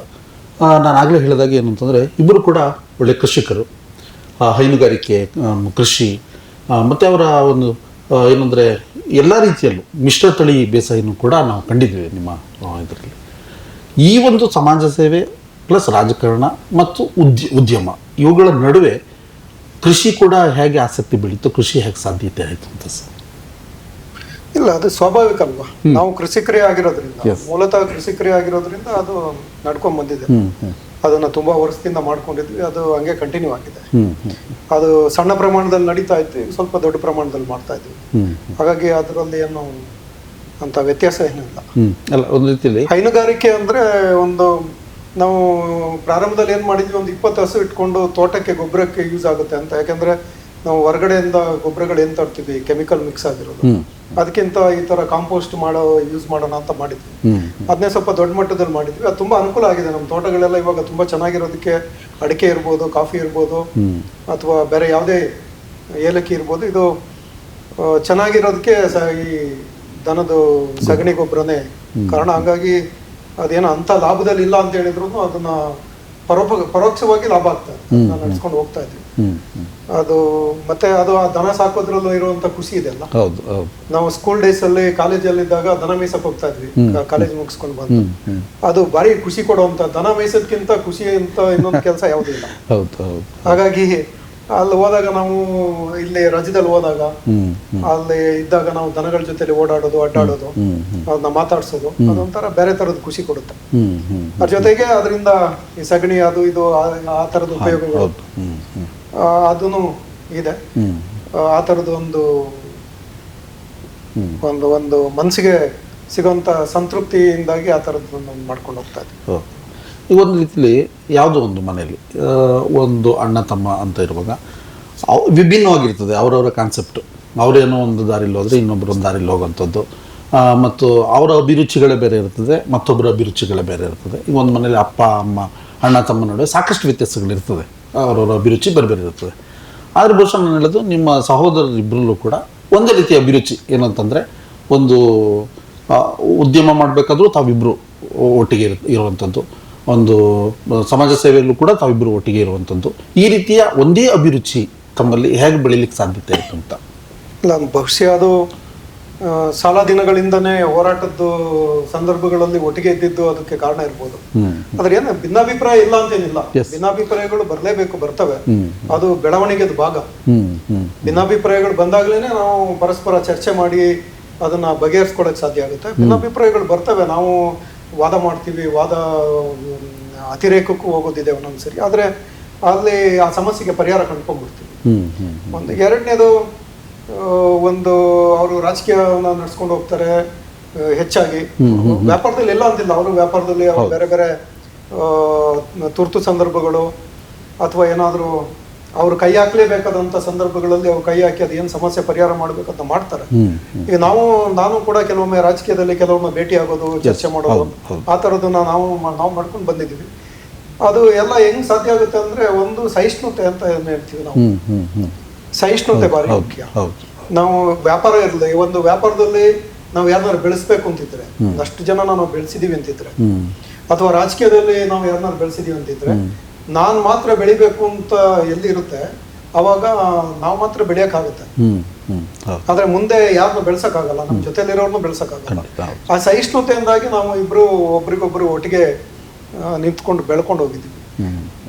ಸಹಿಷ್ಣುತೆ ಭಾರಿ ಮುಖ್ಯ. ಯಾಕೆಂತ ಹೇಳಿದ್ರೆ ನೋಡಿ, ಈಗ ಇವತ್ತು ಸಮಾಜದಲ್ಲಿ ನಾವು ನೋಡ್ತಾ ಇರೋದು, ಇಡೀ ಪ್ರಪಂಚದ ರಾಜಕೀಯನ ನಾವು ವಿಶ್ಲೇಷಣೆ ಮಾಡಿದ್ರೆ ಬೇರೆ ಬೇರೆ ಕಾರಣಕ್ಕೆ, ಅದು ರೇಸಿಸಮ್ ಇರ್ಬೋದು, ಅದು ರಿಲಿಜಿಯನ್ ಇರ್ಬೋದು, ಅಥವಾ ಅದು ಬೇರೆ ಈ ಪ್ರಾದೇಶಿಕತೆ ಇರ್ಬೋದು, ಭಾರತದಂತ ಮಟ್ಟಿಗೆ ಅದನ್ನ ಇಟ್ಕೊಂಡು ಅಸಹಿಷ್ಣುತೆನ ನಾವು ಬೆಳೆಸ್ಕೊಂಡ್ಬಿಟ್ಟಿದ್ದೀವಿ. ಯಾವುದೋ ಒಂದು ಧರ್ಮದವ್ರ ಮೇಲೆ ನಾವು ಅಸಹಿಷ್ಣುಗಳಾಗಿದ್ದೀವಿ, ಯಾವುದೋ ಕಲರ್ ಮೇಲೆ ಆಗಿದ್ದೀವಿ, ಯಾವುದೋ ಒಂದು ಭಾಷೆ ಮೇಲೆ ಇರ್ಬೋದು, ಜಾತಿ ಮೇಲೆ ಇರ್ಬೋದು. ಸೊ ಇದನ್ನ ಯಾವಾಗ ನಾವು ದೂರ ಮಾಡಕ್ ಆಗಲ್ಲ, ಅಲ್ಲಿವರೆಗೆ ನೀವು ಉದ್ಯಮಿಯಾಗಿಯೂ ಅಥವಾ ರಾಜಕಾರಣಿಯಾಗಿಯೂ ಬೆಳೆಯಕ್ಕಾಗಲ್ಲ, ಜನರಿಗೆ ಹತ್ರ ಆಗಕ್ಕಾಗಲ್ಲ. ನಾವಿವತ್ತು ಉದ್ಯಮಿಯಾಗಿ ಏನಾದರೂ ಒಂದು ಸ್ವಲ್ಪ ಬೆಳೆದಿದ್ದೀವಿ ಅಂತ ಹೇಳಿದ್ರೆ, ನಾವು ಇಲ್ಲಿ ಬಂದವ್ರನ್ನ ಯಾರನ್ನ ನಿಮ್ ಜಾತಿ ಯಾವ್ದು ಅಂತ ಕೇಳಲ್ಲ. ಕೆಲವೊಮ್ಮೆ ಈ ಲ್ಯಾಂಡ್ ಪರ್ಚೇಸ್ ಮಾಡುವಾಗ ನಾವು ಕೇಳ್ತೀವಿ, ಯಾಕೆಂತ ಹೇಳಿದ್ರೆ ಈ ಕಾನೂನಿನ ತೊಡಕುಗಳು ಬರಬಾರ್ದು. ನಮ್ಗೆ ಎಷ್ಟೋ ಜನರು ಜಾತಿನೇ ಗೊತ್ತಿರಲ್ಲ, ನಾವು ಜಾತಿ ಕೇಳಲ್ಲ. ನಮ್ಮ ಆಫೀಸಲ್ಲಿ ಎಷ್ಟೋ ಜನ ಸ್ಟಾಫ್ ಇದ್ದಾರೆ, ಹೆಚ್ಚು ಕಡಿಮೆ ನಮ್ಮಲ್ಲಿ ಒಂದು 200-300 ಜನ ಕೆಲಸ ಮಾಡ್ತಾರೆ ಬೇರೆ ಬೇರೆ ಕಡೆ. ಯಾರನ್ನ ನಾವು ಜಾತಿಯನ್ನು ಕೇಳಲ್ಲ, ಅಂತ ಸಂದರ್ಭನೇ ಬರಲ್ಲ. ಅವ್ರದ್ದು ಟ್ಯಾಲೆಂಟ್ ಅಷ್ಟೇ ನಮಗೆ ಇಂಪಾರ್ಟೆಂಟ್ ಆಗುತ್ತೆ. ಏನ್ ಜಾತಿ ಮೇಲೆ ಏನು ಟ್ಯಾಲೆಂಟ್ ಡಿಸೈಡ್ ಆಗುತ್ತೆ, ಮೋಸಗಾರಿಕೆನೂ ಡಿಸೈಡ್ ಆಗಲ್ಲ. ಅವ್ರದ್ದು ಟ್ಯಾಲೆಂಟು, ಪ್ರಾಮಾಣಿಕತೆ ಅಥವಾ ಯಾವುದನ್ನು ಕೂಡ ಜಾತಿ ಮೇಲೆ ಡಿಸೈಡ್ ಆಗಲ್ಲ, ಅಥವಾ ಧರ್ಮದ ಮೇಲೆ ಆಗಲ್ಲ. ಹಾಗಾಗಿ ಅವ್ರನ್ನ ಆ ಸಹಿಷ್ಣುತೆನ ನಾವು ಬೆಳೆಸ್ಕೊಬೇಕಾಗುತ್ತೆ. ಅದು ಇವನ್ ಮನೆ ಒಳಗಡೆನೂ ಸಹಿಷ್ಣುತೆ ಇಲ್ಲ ಅಂತ ಹೇಳಿದ್ರೆ, ಪರಸ್ಪರ ಕಾಲು ಇಳಿಯೋದು ಯಾವಾಗ ಇರುತ್ತೆ ಆವಾಗ ನೀವು ಬಿದೋಗ್ತೀರಾ. ನಾನು ಇಲ್ಲಿ ನಾವು ಗಾರ್ಮೆಂಟ್ ಯೂನಿಯನ್ ಪ್ರೆಸಿಡೆಂಟ್ ಆಗಿದ್ದಾಗ ದೊಡ್ಡ ದೊಡ್ಡ ಉದ್ಯಮಿಗಳನ್ನ ಭೇಟಿ ಆಗ್ತಾ ಇದ್ದೆ ನಿರಂತರವಾಗಿ. ಅದರಲ್ಲಿ ಗೋಕುಲ್ದಾಸ್ ಗಾರ್ಮೆಂಟ್ಸ್ ಅವರು, ಅದು ರಾಜೇಂದ್ರ ಹಿಂದೂಜಾ ಮತ್ತೆ ಅವ್ರ ಫ್ಯಾಮಿಲಿ. ರಾಜೇಂದ್ರ ಹಿಂದೂಜಾ ದೊಡ್ಡ ಮಗ ಆ ಫ್ಯಾಮಿಲಿ ಅವ್ರಿಗೆ. ತುಂಬಾ ದೊಡ್ಡ ಉದ್ಯಮ. ಆ ಕಾಲಕ್ಕೆ ಅವರು 40,000 ಜನ ಎಂಪ್ಲಾಯೀಸ್ನ ಭಾರತದಲ್ಲಿ ಮ್ಯಾನೇಜ್ ಮಾಡ್ತಾ ಇದ್ರು. ನಾನು ಹೆಚ್ಚು ಕಡಿಮೆ ವಾರಕ್ಕೊಂದ್ಸರಿ ಅವ್ರನ್ನ ಭೇಟಿಯಾಗಿ ಹೋಗ್ತಾ ಇದ್ದೆ. ಅಲ್ಲಿ ನಾನು ನೋಡ್ತಾ ಇದ್ದೆ ಕೂತ್ಕೊಂಡು ಅವ್ರು ಏನು ಮಾಡ್ತಾರೆ ಅಂತೇಳಿ. ಎಲ್ರು ಬಂದು ಅವ್ರಿಗೆ ರಿಪೋರ್ಟ್ ಮಾಡ್ಕೊಳ್ಳೋದು, ಅವರು ಬೇರೆಯವ್ರಿಗೆ ಸಜೆಷನ್ಸ್ ಕೊಡೋದು, ಒಬ್ಬೊಬ್ರು ಒಂದೊಂದು ಹೈರಾರ್ಕಿನ ಮ್ಯಾನೇಜ್ ಮಾಡೋದು. ಉದ್ಯಮನ ಯಾವ ಥರ, ಅವರೆಲ್ಲ ಪಾರಂಪರಿಕವಾಗಿ ಉದ್ಯಮಗಳನ್ನ ನಡ್ಸ್ಕೊಂಡು, ಅವರು ಸಿಂಧಿಗಳು ಪಾರಂಪರಿಕವಾಗಿ ಬೆಳೆಸ್ಕೊಂಡು ಬಂದಿರ್ತಾರೆ. ನಮಗೂ ಅದೊಂದು ಇದೆ, ಅದು ತಲೆಯಲ್ಲಿ ಯಾವತ್ತಿದೆ. ಅವರು ಅಂಥ ದೊಡ್ಡ ಉದ್ಯಮನ ನಡ್ಸ್ಕೊಂಡು ಬರ್ತಾ ಇದ್ದಾರೆ, ಎಲ್ಲರನ್ನ ಒಟ್ಟಿಗೆ ತಗೊಂಡು ಹೋಗ್ತಾ ಇದ್ದಾರೆ ಅಂತ ನಾವು ಯಾಕೆ ತಗೊಂಡು ಹೋಗೋಕ್ಕಾಗಬಾರ್ದು ಅಂತ. ಈಗ ನಾನು ಮುತ್ತಪ್ಪ ಅವ್ರು ಇಬ್ಬರೇ ಉದ್ಯಮನ ನಡೆಸ್ತಾ ಇದ್ವಿ. ಈಗ ನನ್ನ ಮಗ ಬಂದಿದ್ದಾನೆ, ಸ್ವಲ್ಪ ಟೈಮಲ್ಲಿ ಅವ್ರ ಮಗ ಬರ್ಬೋದು, ನನ್ನ ಮಗಳು ಬರ್ಬೋದು, ಅವ್ರ ಮಗಳು ಬರ್ಬೋದು. ಎಲ್ರು ಬಂದಾಗ ಒಬ್ರಿಗೊಬ್ರು ಸಹಿಷ್ಣುತೆಯಿಂದ ಇಟ್ಕೊಂಡು ಇನ್ನೊಬ್ಬರನ್ನ ಗೌರವಿಸ್ಕೊಂಡು ಒಂದು ಉದ್ಯಮನ ತಗೊಂಡು ಹೋದಾಗ ಅದು ದೊಡ್ಡ ಲೆವೆಲ್ಗೆ ಹೋಗಕ್ಕಾಗುತ್ತೆ. ಇಲ್ವಾ ಇಲ್ಲ ನಾನೇ ಬೇರೆ ಇರ್ತೀನಿ, ನಾನು ಹೇಳ್ದಂಗೆ ನಡಿಬೇಕು, ಅವನು ಏನೋ ಸ್ವಲ್ಪ ಜಾಸ್ತಿ ಕೆಲಸ ಮಾಡ್ದ, ಇನ್ನು ಸ್ವಲ್ಪ ಕಮ್ಮಿ ಕೆಲಸ ಮಾಡ್ದ, ಒಂದ್ ಸ್ವಲ್ಪ ಜಾಸ್ತಿ ಖರ್ಚು ಮಾಡ್ದ, ನಾನು ಸ್ವಲ್ಪ ಕಮ್ಮಿ ಖರ್ಚು ಮಾಡ್ದೆ ಅಂತ ಹೇಳೋದು ಬಂದಾಗ ಉದ್ಯಮಗಳು ಬಿದ್ದೋಗ್ತವೆ. ಎಸ್, ಖಂಡಿತ ಸರ್. ತಾವು ಯಾಕೆಂದರೆ ನಿಮ್ಮ ಸಹೋದರರು ಹೇಳಿದ್ರೆ ಈಗ ಏನಂತಂದರೆ ನಿಜವಾಗ್ಲೂ ಏನಂತಂದರೆ ಈ ಎಲ್ಲ ಉದ್ಯಮದಲ್ಲಿರ್ಬೋದು, ವ್ಯಾಪಾರ ಉದ್ಯಮ ಏನೇ ಇರ್ಬೋದು, ಮನೆಯಲ್ಲಿರ್ಬೋದು, ಸಹಿಷ್ಣುತೆ ಬೇಕು ಅಂತ ಹೇಳಿ. ಅದು ಹೌದು, ಒಂದು ಸಹಿಷ್ಣುತೆ, ಎರಡನೇದು ತ್ಯಾಗ ಮನೋಭಾವ ಇರಬೇಕು. ಹಾಂ, ಓಕೆ. ಅದು ನೀವೊಂದು ಕುಟುಂಬನ ನಡೆಸುವಾಗ್ಲೂ, ಒಂದು ಉದ್ಯಮನ ನಡೆಸುವಾಗ್ಲೂ, ಅಥವಾ ಒಂದು ಒಳ್ಳೆ ಕೃಷಿ ಚಟುವಟಿಕೆಗಳನ್ನ ನಡೆಸುವಾಗ್ಲೂ ಒಂದು ತ್ಯಾಗ ಮನೋಭಾವ ಕುಟುಂಬದ ಒಳಗಡೆ ಇರಬೇಕು. ಅದು ಇಲ್ಲ ಅಂತ ಹೇಳಿದ್ರೆ ಸಮಸ್ಯೆ ಆಗ್ತದೆ. ಅವನೇನೋ ಮಾಡ್ಬಿಟ್ಟ, ಅವನೇನೋ ತಗೊಂಡ್ಬಿಟ್ಟ, ಇನ್ನೇನೋ ಮಾಡ್ತಾನೆ, ಅದು ಇನ್ಯಾರೋ ಒಬ್ಬ ಜಾಸ್ತಿ ಜವಾಬ್ದಾರಿ ತಗೊಳ್ತಾನೆ, ನನಗೆ ಅದು ಬರಬಾರ್ದು. ಅದು ಬಂದಾಗ ಸಮಸ್ಯೆಗಳಾಗ್ತಾ ಹೋಗ್ತವೆ. ಈಗ ನಮ್ದು ಕರ್ತವ್ಯ ಏನಿದೆ ಆ ಕರ್ತವ್ಯನ ನಾವು ಮಾಡ್ಬೇಕಾಗ್ತದೆ. ಆ ಕರ್ತವ್ಯನ ನಾವು ಮಾಡಿದಾಗ ನಮ್ಮ ಹಕ್ಕುಗಳು ತನ್ನಿಂತಾನಾಗೆ ಬರ್ತವೆ. ಅದು ಉದ್ಯಮದಲ್ಲಿರ್ಬೋದು, ಮನೆ ಒಳಗಡೆ ಇರ್ಬೋದು, ಕೃಷಿ ಚಟುವಟಿಕೆ ಇರ್ಬೋದು, ಅಥವಾ ರಾಜಕೀಯ ಇರ್ಬೋದು. ನಮ್ಮ ಕರ್ತವ್ಯ ನಾವು ಮಾಡಲಿಲ್ಲ ಅಂತ ಹೇಳೋಕೆ ಏನಾಗುತ್ತೆ, ಈ ಸಮಸ್ಯೆಗಳು ಬರ್ಬೋದು. ಹಾಗಾಗಿ ಈ ಹೊಂದಾಣಿಕೆಯಿಂದ ಅದು ನಡ್ಕೊಂಡು ಹೋಗ್ತಾ ಇದೆ. ನಾವು ಇನ್ನೂ ಕೆಲವ್ರನ್ನ ಉದ್ಯಮದ ಒಳಗಡೆ ತೊಡಗಿಸುವಂತ ಪ್ರಯತ್ನವನ್ನು ಮಾಡಿದ್ವಿ, ಅದು ಆಗಲಿಲ್ಲ ನಮ್ಮ ಕುಟುಂಬದ ಒಳಗಡೆ. ಅದನ್ನ ಹೇಳಲೇಬೇಕು, ಯಾಕೆ ನಾವು ಅದನ್ನ ಮುಚ್ಚಿಟ್ಕೊಂಡು ಏನು ಪ್ರಯೋಜನ ಇಲ್ಲ. ಆ ಪ್ರಯತ್ನಗಳಾಗಲಿಲ್ಲ. ಅದು ನಮ್ದು ಏನು ಐಡಿಯಾ ಇದೆ ಅದನ್ನ ಹೇಳಕ್ ಹೋದ್ರೆ, ಯಾಕೆಂದ್ರೆ ಮೂಲತಃ ನಾವು ಉದ್ಯಮ ಕ್ಷೇತ್ರದಿಂದ ಬಂದಂತ ಕುಟುಂಬಗಳಲ್ಲ ನಮ್ದು. ನಾವು ಕೃಷಿ ಕ್ಷೇತ್ರದಿಂದ ಬಂದಂತವ್ರು. ಆ ಉದ್ಯಮ ಅರ್ಥ ಆಗ್ಬೇಕು ಫಸ್ಟ್. ಮೊದಲಾಗಿ ಉದ್ಯಮ ಅಂದ್ರೆ ಏನು ಅಂತ ಅರ್ಥ ಆಗ್ಬೇಕು. ನೀವು ಸಮಾಜದ ಒಳಗಡೆ ಬಂದಾಗ ಸಮಾಜ ಸೇವೆ ಅಂದ್ರೆ ಏನು ಅಂತ ಅರ್ಥ ಆಗ್ಬೇಕು. ಈಗ ನಾನು ಮನೆಗೆ ಯಾರೋ ಬರ್ತಾರೆ, ಏನೋ ಕಷ್ಟ ಅಂತ ಬಂದಿರ್ತಾರೆ, ಮನೆಯಲ್ಲಿ 8-10 ಜನ ಮನೆ ಕುಟುಂಬದವ್ರು ಕೂತಿರ್ತಾರೆ. ನಾನು ಅವರಿಗೆ ಒಂದು 10,000 ರೂಪಾಯಿ ಹಿಂಗೆ ಕೊಟ್ಬಿಡ್ತೀನಿ, ಯಾರಿಗೊಬ್ರಿಗೆ, ಯಾರೋ ಪೇಷೆಂಟೋ ಅಥವಾ ಮಕ್ಕಳ ಫೀಸೋ ಏನೋ ಕಷ್ಟ. ಅವ್ರು ಹೋದ್ಮೇಲೆ ಕೆಲವೊಮ್ಮೆ ಎದುರುಗಡೆನೆ ಸ್ಟಾರ್ಟಿಂಗ್ ಅಲ್ಲಿ, ಆಮೇಲೆ ಬರ್ತಾ ಅವ್ರು ಹೋದ್ಮೇಲೆ ಅವ್ರಿಗೆ ಯಾಕೆ ಕೊಟ್ಟೆ, ಸರಿ. ಇದು ಈ ಮನೋಭಾವನೆ ಕುಟುಂಬದ ಒಳಗಡೆ ಇರಬಾರ್ದು. ನಾವು ಯಾಕೆ ಕೊಟ್ಟಿರ್ತೀವಿ, ನಾವೊಂದು ಉದ್ಯಮವನ್ನು ನಡೆಸುವಾಗ, ನಾವೊಂದು ಕೃಷಿ ಚಟುವಟಿಕೆಯನ್ನು ನಡೆಸುವಾಗ ಯಶಸ್ವಿಯಾಗಿ, ಅಥವಾ ನಾವೊಂದು ರಾಜಕೀಯವನ್ನು ನಡೆಸುವಾಗ, ಸಮಾಜಕ್ಕೆ ಏನೋ ಮಾಡಬೇಕು ಅಂತ ಹೇಳಿ ಮನಸ್ಸಿಟ್ಕೊಂಡಾಗ ಅದನ್ನ ಈಗ ಮುದ್ದಪ್ಪ ಕೊಟ್ಟರು, ಮುದ್ದಪ್ಪವ್ರ ಮಿಸಸ್ ಕೊಟ್ಟರು, ನಮ್ಮ ಅಮ್ಮ ಕೊಟ್ಟರು, ನಾನು ಕೊಟ್ಟನೋ, ನನ್ನ ಮಕ್ಕಳು ಕೊಟ್ಟರು, ನಾನು ನನ್ನ ಪ್ರಶ್ನೆ ಮಾಡಕ್ ಹೋಗ್ಬಾರ್ದು ಯಾಕೆ ಕೊಟ್ಟೆ ಅಂತ. ಕೊಟ್ರ ಎಸ್ ಕೊಟ್ರು, ಯಾಕೆ ಕೊಟ್ಟಿರ್ತಾರೆ, ಏನೋ ಒಂದು ಕಾರಣಕ್ಕೆ ಕೊಟ್ಟಿರ್ತಾರೆ. ಇದು ಎಲ್ಲ ಕುಟುಂಬಗಳಲ್ಲಿ ಬಂದ್ರೆ ಎಲ್ಲವೂ ಯಶಸ್ವಿಯಾಗಿ ನಡ್ಕೊಂಡು ಹೋಗ್ತಾರೆ. ಮತ್ತೆ ಇನ್ನು ತುಂಬಾ ಏನಿದೆ ಅಂತ ಹೇಳಿದ್ರೆ, ನಮ್ಮಲ್ಲಿ ನೀವು ಕೊಡಗದ್ದು ಓಪನ್ ಆಗಿ ಹೇಳ್ಬೇಕು ಅಂತ ಹೇಳಿದ್ರೆ, ಕೊಡವರ ಮಧ್ಯೆ ಫ್ಯೂಡಲಿಸಂ, ಉಳಿದ ಮನೆ ಪದ್ಧತಿ ಅಥವಾ ನೀವು ಜಮೀನ್ದಾರಿ ಪದ್ಧತಿ ಅದು ಭಾರಿ ಸ್ಟ್ರಾಂಗ್ ಆಗಿತ್ತು. ಈಗ ಅದು ಹೋಗಿದೆ.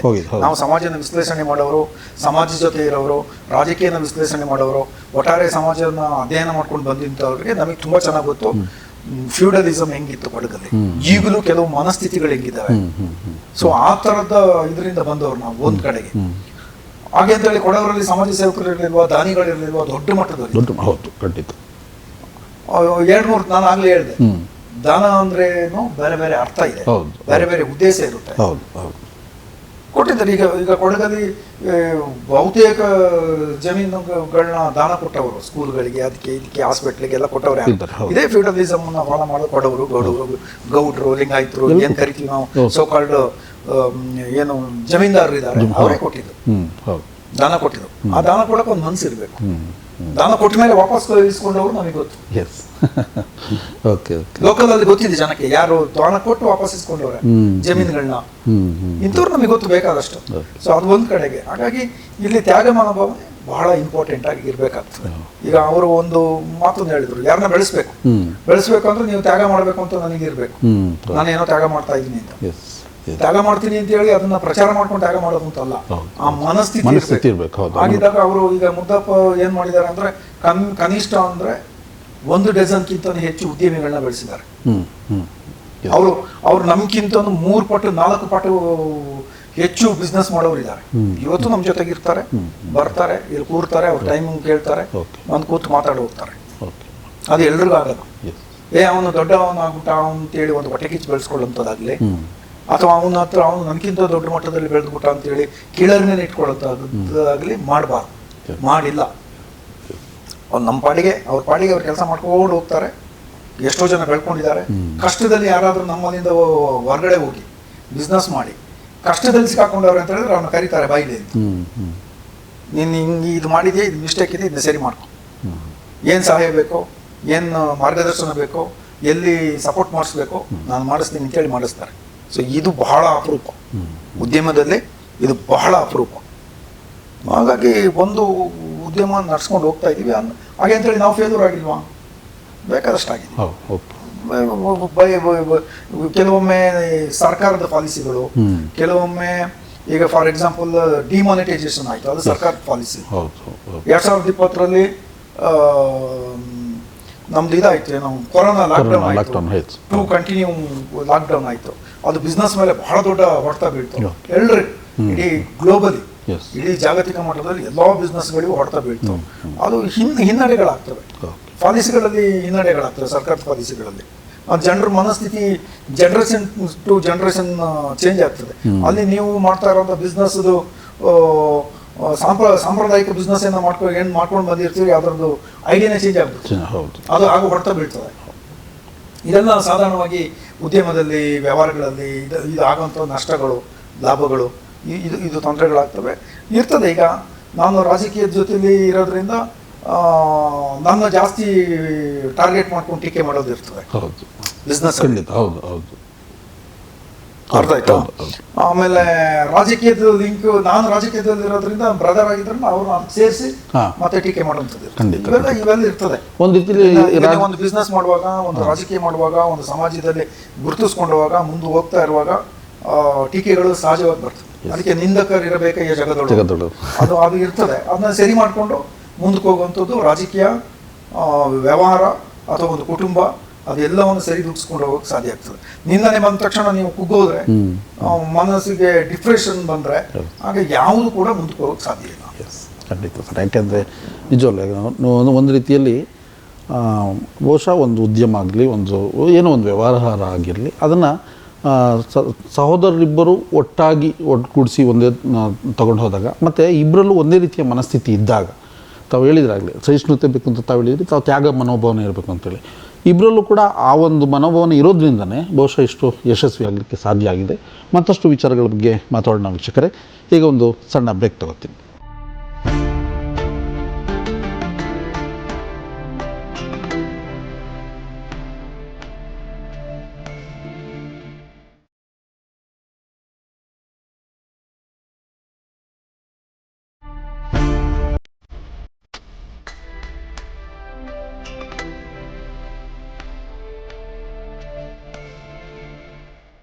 ವೀಕ್ಷಕರೇ, ಒಂದು ಬ್ರೇಕ್ ನಂತರ ಮತ್ತೆ ಕಾರ್ಯಕ್ರಮಕ್ಕೆ ಸ್ವಾಗತ.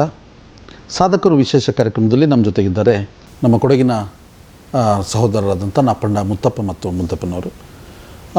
ರಾಜಕಾರಣ, ಸಮಾಜ ಸೇವೆ, ಉದ್ಯಮ, ಈ ರೀತಿ ವಿಚಾರಗಳನ್ನ ಮಾತಾಡ್ತಿದ್ವಿ. ಬಹುಶಃ ನಮ್ಮ ವೀಕ್ಷಕರಿಗೆ ಗೊತ್ತಿಲ್ಲದಂಥ ಮತ್ತೊಂದು ವಿಚಾರ ಇದೆ ಇವರಲ್ಲಿಬ್ಬರಲ್ಲೂ. ಸುಮಾರು ಸಾವಿರಾರು ಪುಸ್ತಕ, ಅಂದಾಜು ಒಂದು 10-15 ಸಾವಿರ ಪುಸ್ತಕವನ್ನು ಇವರಿಬ್ಬರು ಕೂಡ ಓದಿ ಅಧ್ಯಯನ ಮಾಡಿರ್ತಕ್ಕಂಥದ್ದು. ಇವತ್ತು ಕೂಡ ಇವರ ಬರವಣಿಗೆ ಮತ್ತು ಮಾತಿನ ಶೈಲಿ ಹೇಗಿದೆ ಅಂತಂದರೆ ನಿಜವಾಗ್ಲೂ ಹೇಳಬೇಕಂದ್ರೆ ಒಬ್ಬರು ರಾಜಕಾರಣಿ, ಇನ್ನೊಬ್ಬರು ಉದ್ಯಮಿ, ಮತ್ತು ರಾಜಕಾರಣದಲ್ಲಿ ಇಲ್ಲದಿದ್ದರೂ ಕೂಡ ರಾಜಕಾರಣದ ಬಗ್ಗೆ ಸಂಪೂರ್ಣವಾಗಿ ತಿಳ್ಕೊಂಡಿರೋರೊಬ್ಬರು, ಉದ್ಯಮದ ಬಗ್ಗೆನೂ ತಿಳ್ಕೊಂಡಿರೋರೊಬ್ಬರು. ಈ ರೀತಿಯಲ್ಲಿ ರಾಜಕಾರಣ, ಉದ್ಯಮ ಇರ್ಬೋದು, ಕೃಷಿ ಇರ್ಬೋದು, ಎಲ್ಲ ರೀತಿಯ ವಿಚಾರಗಳನ್ನು ತಿಳಿದಿರೋರು. ಸರ್, ಬಹುಶಃ ನಾವೆಲ್ಲ ಕೇಳಿದಂಗೆ ಏನು ಅಂತಂದರೆ ಭಾಳಷ್ಟು ಅಧ್ಯಯನ ಮಾಡಿದಿರ ತಾವು, ಮತ್ತು ಬರವಣಿಗೆನೂ ಕೂಡ ನಿಮ್ಮಿಬ್ಬರದ್ದು ಬರವಣಿಗೆ ಕೂಡ ಇದೆ. ಹೇಗೆ ಆಸಕ್ತಿ ಹುಟ್ಟಿತು ಸರ್ ಇದೆಲ್ಲ? ಅದು ತುಂಬ ಹಳೇದು. ಬಹುಶಃ ತುಂಬ ಚಿಕ್ಕವರಿದ್ದಾಗಲೇ ನಾವು ಓದೋ ಅಭ್ಯಾಸವನ್ನು ಮಾಡ್ಕೊಂಡಿದ್ವಿ. ನನಗೆ ನೆನಪಿದ್ದಾಗೆ 5ನೇ ಕ್ಲಾಸಲ್ಲಿ 6ನೇ ಕ್ಲಾಸಲ್ಲಿ ನಾವು ಬೈಬಲ್ನ ಓದಿದ್ದು ನೆನಪಿದೆ. ಅವಾಗ ಈ ಬೈಬಲ್ ಸೊಸೈಟಿ ಆಫ್ ಇಂಡಿಯಾ ಇಲ್ಲಿ MG ರೋಡಲ್ಲಿ ಅವ್ರ ಆಫೀಸ್ ಇದೆ. ಯಾವುದೋ ಪೇಪರಲ್ಲಿ ಬಂದಿತ್ತು, ನೀವು ಒಂದು ಕಾರ್ಡ್ ಹಾಕಿರಿ ನಾವು ಬೈಬಲ್ ಕಳಿಸ್ತೀವಿ ಅಂತ. ನಮಗೆ ಸುಮ್ಮನೆ ಕುತೂಹಲ, ಅಡ್ರೆಸ್ ಹಾಕ್ಬಿಟ್ಟು ಒಂದು ಕಳಿಸಿದ್ರೆ ಬೈಬಲ್ ಕಳಿಸಿದ್ರು. Bible very interesting subject. ಬೈಬಲ್ನ ಓದಿದ್ವಿ 5 ಅಥವಾ 6ನೇ ಕ್ಲಾಸಲ್ಲಿ. ಅದು ದೊಡ್ಡ ಗಲಾಟೆನೇ ಆಗಿತ್ತು ನಮ್ಮ ಮನೆಯಲ್ಲಿ. ಆ ಪೋಸ್ಟ್ ಮ್ಯಾನ್ ಬಂದು ನಮ್ಮ ಅಪ್ಪನ ಹತ್ರ ಕಂಪ್ಲೇಂಟ್ ಮಾಡಿ ನಮ್ಮ ಅಪ್ಪ ಹಿಡ್ಕೊಂಡು ಹೊಡೆದು, ಬೈಬಲ್ ಯಾಕೆ ಓದ್ದೆ ನೀನು ಅಂತ. ಒಂದಷ್ಟು ಜನ ಅವ್ನು ಕ್ರಿಶ್ಚಿಯನ್ ಆಗ್ಬಿಡ್ತಾನೆ, ಅವ್ರಿಬ್ರು ಕ್ರಿಶ್ಚಿಯನ್ ಆಗ್ಬಿಡ್ತಾರೆ ಅಂತ. ಏನಾಗಸಿ ಜ್ಞಾನ ಅಂತ ಹೇಳೋದು ಎಲ್ಲಿಂದ ಬೇಕಾದ್ರೆ ಸರ್ವಜ್ಞ ಹೇಳ್ದಂಗೆ ಎಲ್ಲರೊಳಗೊಂದು ನುಡಿ ಕಲಿತು ಜ್ಞಾನದ ಪರ್ವತವೇ ಆದ ಸರ್ವಜ್ಞ. ಓದಿನೂ ಆಗ್ಬೋದು ಅಥವಾ ಅನುಭವದಿಂದನೂ ಆಗ್ಬೋದು. ಓದಿದವನು ಮಾತ್ರ ಜ್ಞಾನಿ ಆಗಿರುತ್ತಾನೆ ಅಂತ ಹೇಳೋದು ಸುಳ್ಳು. ಜ್ಞಾನ ಎಲ್ಲಿಂದ, ಯಾವ ಮೂಲದಿಂದ ಬೇಕಾದ್ರೂ ಬರ್ಬೋದು, ಯಾರು ಬೇಕಾದ್ರೂ ಜ್ಞಾನಿ ಆಗ್ಬೋದು. ಜ್ಞಾನ ಅಂತ ಹೇಳೋದು ಅಂತದ್ದು ಯಾರಪ್ಪನ ಸೊತ್ತು ಅಲ್ಲ. ಹಾಗಾಗಿ ಬೈಬಲಿಂದ ಬರ್ಬೋದು, ಕುರಾನಿಂದ ಬರ್ಬೋದು, ಅಥವಾ ಯಾವುದೇ ಧರ್ಮ ಗ್ರಂಥದಿಂದ ಬರ್ಬೋದು. ಬೈಬಲ್ನ ಓದಿದ್ವಿ, ಭಗವದ್ಗೀತೆನೂ ಓದಿದ್ವಿ. ಅದು ಏನೋ ಅಂತ ಏನು ವ್ಯತ್ಯಾಸ ಅಂತ ಅನ್ಸಿಲ್ಲ. ಧರ್ಮಗ್ರಂಥ ಯಾವತ್ತಿದ್ರು ಧರ್ಮಗ್ರಂಥ, ಧರ್ಮಗ್ರಂಥ ವಿಜ್ಞಾನ ಗ್ರಂಥ ಆಗಕ್ಕೆ ಸಾಧ್ಯ ಇಲ್ಲ. ಆದ್ರೆ ಸಾಕಷ್ಟು ವ್ಯತ್ಯಾಸಗಳಿದಾವೆ ಬೈಬಲು ಅಥವಾ ಭಗವದ್ಗೀತೆ, ಕುರಾನ್. ಇದೆಲ್ಲ ಆಯಾ ಕಾಲಘಟ್ಟಕ್ಕೆ ಅವರವ್ರ ತರ್ಕಕ್ಕೆ ನಿಲುಕಿದ್ನ ಧರ್ಮಗುರುಗಳು ಬರ್ದಿರ್ತಾರೆ. ಸೊ ಅದು ಇವತ್ತಿಗೆ ಪ್ರಸ್ತುತ ಆಗ್ಬೇಕು ಅಂತೇನಿಲ್ಲ. ಆದ್ರೆ ಒಂದು ಜ್ಞಾನನ ಹೆಚ್ಚಿಸ್ಕೊಳ್ಳಲಿಕ್ಕೆ ಬೇಕಂತ ನಾವು 5ನೇ ಕ್ಲಾಸಲ್ಲೇ ಅದನ್ನ ಓದಿದ್ ನೆನಪಿದೆ. ನಮ್ಮ ಭಾರಿ ದೊಡ್ಡ ಸ್ವಾತಂತ್ರ್ಯ ಹೋರಾಟಗಾರರು ಒಬ್ಬರಿದ್ರು, ಅರವಿಂದ ಘೋಷ್ ಅಂತ, ನಿಮಗೆ ಗೊತ್ತಿರ್ಬೇಕು. ಅವರು ಕ್ರಾಂತಿಕಾರಿ ಚಳವಳಿಯಿಂದ ಇದ್ದವರು. ಅಲ್ಲಿಂದ ಮುಂದಕ್ಕೆ ದೊಡ್ಡ ಸನ್ಯಾಸಿಯಾಗಿ ಪಾಂಡಿಚೇರಿನಲ್ಲಿ ಅವರು ಕೊನೆ ಉಸಿರು ಎಳೆದಿದ್ದು ನಮ್ಗೆಲ್ಲ ಗೊತ್ತು. ಅವ್ರದ್ದು ಚರಿತ್ರೆನ ಓದೋ ಪ್ರಸಂಗ ಬಂತು ನಮ್ಗೆ 5 ಅಥವಾ 6ನೇ ಕ್ಲಾಸಲ್ಲಿ. ಸೊ ತುಂಬಾ ಚಿಕ್ಕ ವಯಸ್ಸಿಂದಾನೇ ಆ ಥರದ್ದು ಇಂಟ್ರೆಸ್ಟ್ಗಳನ್ನ ಬೆಳೆಸ್ಕೊಂಡಿದ್ವಿ. ಹೈಸ್ಕೂಲಲ್ಲಿ ಬಂದಾಗಂತೂ ನಮಗೆ ಹೆಬ್ಬಾಲೆ ಹೈಸ್ಕೂಲ್ ನಾವು ಓದಿದ್ದು. It's aided school. ಅಲ್ಲಿ ಇದು ರೀಡಿಂಗ್ ರೂಮು, ಮತ್ತೆ ಅಲ್ಲಿ ಲೈಬ್ರರಿ ಎಷ್ಟೋ ಪುಸ್ತಕಗಳನ್ನ ನಾವಿಬ್ಬರು ಓಪನ್ ಮಾಡಿದ್ವಿ. ಅದು ಕಾದಂಬರಿಗಳಿರ್ಬೋದು, ಕಥೆಗಳಿರ್ಬೋದು, ಅಥವಾ ಬೇರೆ ಬೇರೆ ಜೀವನ ಚರಿತ್ರೆಗಳಿರ್ಬೋದು, ಅದನ್ನ ಓದಿದೀವಿ. ತುಂಬಾ ರಿಸ್ಟ್ರಿಕ್ಷನ್ ಇತ್ತು ಆ ಕಾಲದಲ್ಲಿ.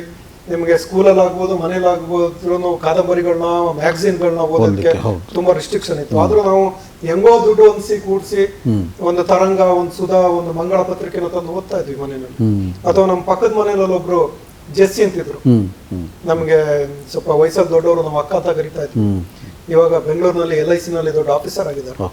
ಅವರು ನಮ್ಗೆ ಸಾಕಷ್ಟು ಹೊರಗಡೆದ ಕಾದಂಬರಿಗಳನ್ನ, ಅಂದ್ರೆ ರಷ್ಯಾ, ಯುರೋಪ್, ಬೇರೆ ಬೇರೆ ದೇಶಗಳ ಕಾದಂಬರಿಗಳನ್ನ ತಂದು ಕೊಟ್ಟು ನಮಗೆ ಓದೋದನ್ನ ಅಭ್ಯಾಸ ಮಾಡಿಸಿದ್ರು. ಅವ್ರಿಗೊಂದು ಸಲ್ಯೂಟ್ ಹೇಳಲೇಬೇಕು, ನಮಗೆ ಓದೋದನ್ನ ಕಲಿಸಿದ್ರು. ಸೊ ಆ ಥರದ್ದು ತುಂಬಾ. ಮತ್ತೆ ಅದ್ರದ್ದು ಎಲ್ಲಿವರೆಗೆ ಮುಂದುವರಿತು ಅಂತ ಹೇಳಿದ್ರೆ, ಈಗ ಕುಶಾಲನಗರ ನಾವು ಅಕಸ್ಮಾತ್ ಕ್ಲಾಸ್ ಇಲ್ಲ, ನಾವು ಕಾಲೇಜಲ್ಲಿ, ಅದು PUC ನಲ್ಲಿ, ಡಿಗ್ರಿನಲ್ಲಿ, ಅಂದ್ರೆ ಕಾಲೇಜ್ ಬಿಟ್ರೆ ಎಲ್ಲಿರ್ತೀವಿ ಅಂದ್ರೆ ಲೈಬ್ರರಿಯಲ್ಲಿ ಇರ್ತಾರೆ. ನಿರಂತರವಾಗಿ ಓದು ಆ ಥರದ್ದು ಅಭ್ಯಾಸ ಮಾಡ್ಕೊಂಡಿದ್ವಿ. ಯಾವ್ಯಾವ ಪುಸ್ತಕಗಳನ್ನ ಓದಿದ್ವಿ. ಈಗ ಎಕ್ಸಾಂಪಲ್ ಕುವೆಂಪು ಅವ್ರದ್ದು ಬಹುಶಃ ಎಲ್ಲಾ ಪುಸ್ತಕಗಳನ್ನ ಓದಿ. ತೇಜಸ್ವಿ ಅವ್ರದ್ದು ಓದಿ, ಪೂರ್ಣಚಂದ್ರ ತೇಜಸ್ವಿ ಅವ್ರದ್ದು, ಅಥವಾ ಶಿವರಾಮ್ ಕಾರಂತದ್ದು ಎಲ್ಲಾ ಕಾದಂಬರಿಗಳನ್ನ ಓದಿದ್ವಿ. ಸೊ ಆ ಥರದ್ದು ಓದು ಭಾರಿ ಅನುಕೂಲ ಮಾಡಿಕೊಟ್ಟಿದೆ. ಸಮಾಜವನ್ನು ಅರ್ಥ ಮಾಡ್ಕೊಳ್ಳಿಕ್ಕೆ, ಈ ದೇಶದ ಪರಿಸ್ಥಿತಿಗಳನ್ನ ಅರ್ಥ ಮಾಡ್ಕೊಳ್ಳಿಕ್ಕೆ.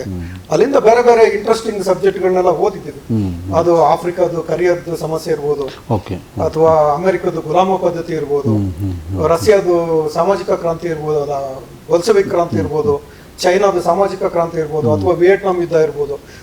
ಇವೆಲ್ಲ ಓದಕ್ಕೆ ಸಾಧ್ಯ. ಬೇರೆ ಬೇರೆ ದೇಶಗಳ ಸಂವಿಧಾನಗಳನ್ನ, ಕಾನೂನುಗಳನ್ನ ಬೇರೆ ಬೇರೆ ಸಂದರ್ಭದಲ್ಲಿ ಬೇರೆ ಬೇರೆ ಅವಶ್ಯಕತೆಗಳ ನಾವು ಅದನ್ನ ಓದಂತ ಅವಕಾಶಗಳು ಸಿಕ್ಕಿದ್ವು. ಹಾಗಾಗಿ ಮತ್ತೆ ಇನ್ನೊಂದು ಏನಂತ ಹೇಳಿದ್ರೆ, ಓದಿದ್ಮೇಲೆ ಬರಿಬೇಕು ಅಂತ. ಖಂಡಿತ ಹೌದು, ಸಾಹಿತ್ಯಾಸಕ್ತಿ ಅಲ್ಲ, ಯಾಕಂದ್ರೆ ಓದಿದ್ ಸುಮ್ಮನೆ ತಲೆಯಲ್ಲಿ ಇಟ್ಕೊಳಕ್ ಆಗಲ್ಲ. ಹಾಗಾಗಿ ಬರಿತಾ ಇದ್ವಿ. ನಾವೊಂದು ಪತ್ರಿಕೆನೂ ನಡೆಸ್ತಾ ಇದ್ವಿ. ಮುತ್ತಪ್ಪ ಅವರ ಸಂಪಾದಕೀಯತ್ವದಲ್ಲಿ ದುಡಿಮೆಯ ಬದುಕು ಅಂತ ಹೇಳುವಂತ ಒಂದು ಪತ್ರಿಕೆ ನಡೆಸ್ತಾರೆ. ಎಸ್. ಅದು ಕೆಲವು ಕಾಲ ಬಂತು. ಆಮೇಲೆ ಬೇರೆ ಬೇರೆ ಕಾರಣಕ್ಕಾಗಿ ಅದನ್ನ ನಿಲ್ಲಿಸ್ಬೇಕಾಯ್ತು. ಬೇರೆ ಬೇರೆ ನಾವು ಬ್ಯುಸಿ ಆದ್ವಿ ಬೇರೆ ಬೇರೆ ಉದ್ಯಮದಲ್ಲಿ ಅಲ್ಲಿ ಇಲ್ಲಿ ಅದನ್ನ ಮುಂದಕ್ಕೆ. ಯಾಕಂದ್ರೆ ಒಂದು ಪತ್ರಿಕೆ ಅಂದ್ರೆ ನೀವೆಲ್ಲ ಪತ್ರಿಕೆಯವರಿಗೆ ಗೊತ್ತು ಅದಕ್ಕೆ ಎಷ್ಟು ಟೈಮ್ ಕೊಡಬೇಕಾಗುತ್ತೆ, ಎಷ್ಟು ಕೆಲಸ ಮಾಡಬೇಕಾಗುತ್ತೆ ಅಂತ.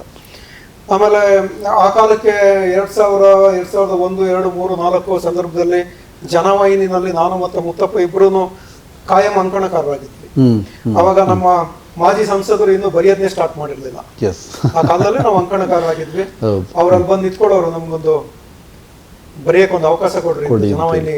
ಅವಾಗ ನಮ್ಗೆ ಇವರು ಸಂಪಾದಕರಾಗಿದ್ರು ಡಾಕ್ಟರ್ ಸನತ್ ಕುಮಾರ್ ಬೆಳಗಲಿ ಅವರು. ಇವಾಗ ತುಂಬಾ ಹಿರಿಯರು. ಮೋಸ್ಟ್ಲಿ ಅವ್ರಿಗೆ ಆರೋಗ್ಯ ಚೆನ್ನಾಗಿಲ್ಲ ಅಂತ ಕೇಳ್ಪಟ್ಟೆ ಇತ್ತೀಚೆಗೆ. ಅವ್ರು ಮಾಡಿದ್ರು. ಬಾನು ಮುಸ್ತಕ್ ಅವ್ರ ಸಹೋದರಿ ಇದ್ರು,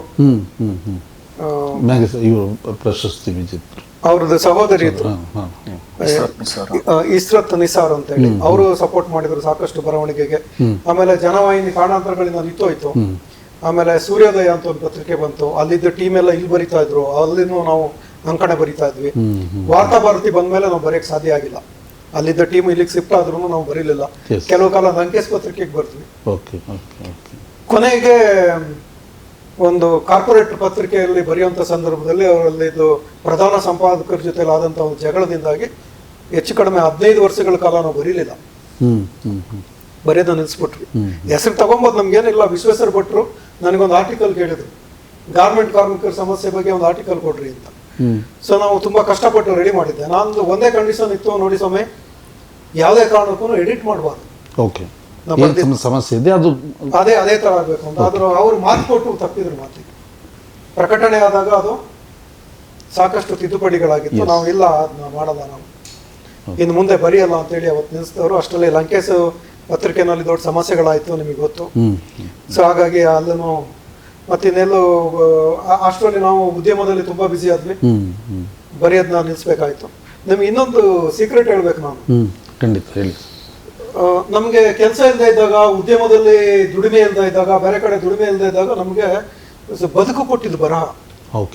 ಎರಡು ಮೇಜರ್, ಒಂದು ಹಾಸ್ಪಿಟಲ್ಗೆ ಮತ್ತೆ ಮೈಸೂರಲ್ಲಿ ರಾಣಿ ಮಡ್ರಾಸ್ ಅಂತ ಒಂದು ಫ್ಯಾಕ್ಟರಿ ಇದೆ, ನಿಮಗೆ ಗೊತ್ತಿರಬೇಕು. ಪವರ್ ಸ್ಟೇರಿಂಗ್ ನ ಉತ್ಪಾದನೆ ಮಾಡ್ತಾರೆ, ಇಡೀ ಇಂಡಿಯಾಗೆ ಸಪ್ಲೈ ಮಾಡ್ತಾರೆ. ಈ ಮೇಜರ್ ಎಲ್ಲಾ ಕಂಪನಿಗಳು ಅವ್ರ ಹತ್ರ ಪವರ್ ಸ್ಟೇರಿಂಗ್ ಪರ್ಚೇಸ್ ಮಾಡ್ತಾರೆ, ಕಾರ್ ಕಂಪನಿಗಳು. ಅವ್ರದ್ದು ಟ್ರೈನಿಂಗ್ ಮೆಟೀರಿಯಲ್ ನಾನು ಇಂಗ್ಲಿಷ್ ಇಂದ ಕನ್ನಡಕ್ಕೆ ಟ್ರಾನ್ಸ್ಲೇಷನ್ ಮಾಡ್ಕೊಡ್ತಾ ಇದ್ದೆ. ಒಂದು ಪೇಜಿಗೆ ಇಷ್ಟು ಅಂತ ದುಡ್ಡು ಕೊಡೋರು. ಅದ್ ಬಿಟ್ರೆ ಇವರು ಡಾಕ್ಟರ್ ಗುಣಶೀಲ, ಅವರು ಭಾರಿ ದೊಡ್ಡ ಫರ್ಟಿಲಿಟಿ ಸಂಬಂಧಪಟ್ಟಂತ ಭಾರಿ ದೊಡ್ಡ ತಜ್ಞ ವೈದ್ಯ. ಅವ್ರದ್ದು ಎಲ್ಲಾ ಆರ್ಟಿಕಲ್ಗಳನ್ನ ಇಂಗ್ಲಿಷ್ ಇಂದ ಕನ್ನಡಕ್ಕೆ ತರ್ಜುಮೆ ಮಾಡ್ಕೊಡ್ತಾ ಇದ್ದೀನಿ ನಾನೇ. ಸೊ ಹಂಗಾಗಿ ಅದರಲ್ಲೂ ಸಾಕಷ್ಟು ಹಣ ಬರ್ತಾ ಇತ್ತು ನಮ್ಗೆ. ಅದು ನಮ್ಗೆ ನಮ್ಮ ಹೋರಾಟಗಳಿಗೆ ಓದಿಗೆ ಇದಕ್ಕೆಲ್ಲ ಸಪೋರ್ಟ್ ಆಗ್ತಾ ಇತ್ತು. ಆಮೇಲೆ ಕೊನೆಗೆ ನಾವು ಈ ಬಿಸ್ನೆಸ್ ಅಲ್ಲಿ ತುಂಬಾ ಬ್ಯುಸಿ ಆದಾಗ ನಾನು ಬೇರೆಯವ್ರಿಗೆ ವಹಿಸ್ಕೊಟ್ಟೆ. ತುಂಬಾ ಅಗತ್ಯ ಇರುವಂತ ಒಬ್ರು ಚಿತ್ರನಟಿ, ಹಿರಿಯ ಚಿತ್ರನಟಿಗೆ ಅದನ್ನ ವಹಿಸ್ಕೊಟ್ಟೆ, ನೀವು ಮಾಡಿದ್ನ ಅಂತ. ಅವ್ರಿಲ್ಲ, ಇವಾಗ ತೀರ್ಕೊಂಡ್ಬಿಟ್ರು, ಚಿತ್ರನಟಿ ಇಲ್ಲ. ಬಟ್ ಅವರು ನಿಮ್ಗೆ ಗೊತ್ತು, ಈ ಸಿನಿಮಾ ರಂಗ ಎಲ್ಲ ಹೆಂಗೆ ಅಂತ ಹೇಳಿದ್ರೆ, ಯಾರು ದುಡ್ಡು ಉಳಿಸ್ಕೊಂಡಿದ್ದಾರೆ ಅವ್ರು ಮಾತ್ರ ಬದುಕಕ್ ಸಾಧ್ಯ. ಯಾರು ಉಳಿಸ್ಕೊಂಡಿಲ್ಲ ಅವ್ರ ವಯಸ್ಸಾದ್ಮೇಲೆ ಏನು ಸಿಗಲ್ಲ ಅವ್ರಿಗೆ. ಅದೂನು ಮೇಜರ್ ಆಗಿ ಮಹಿಳಾ ನಟಿಯರಿಗೆ.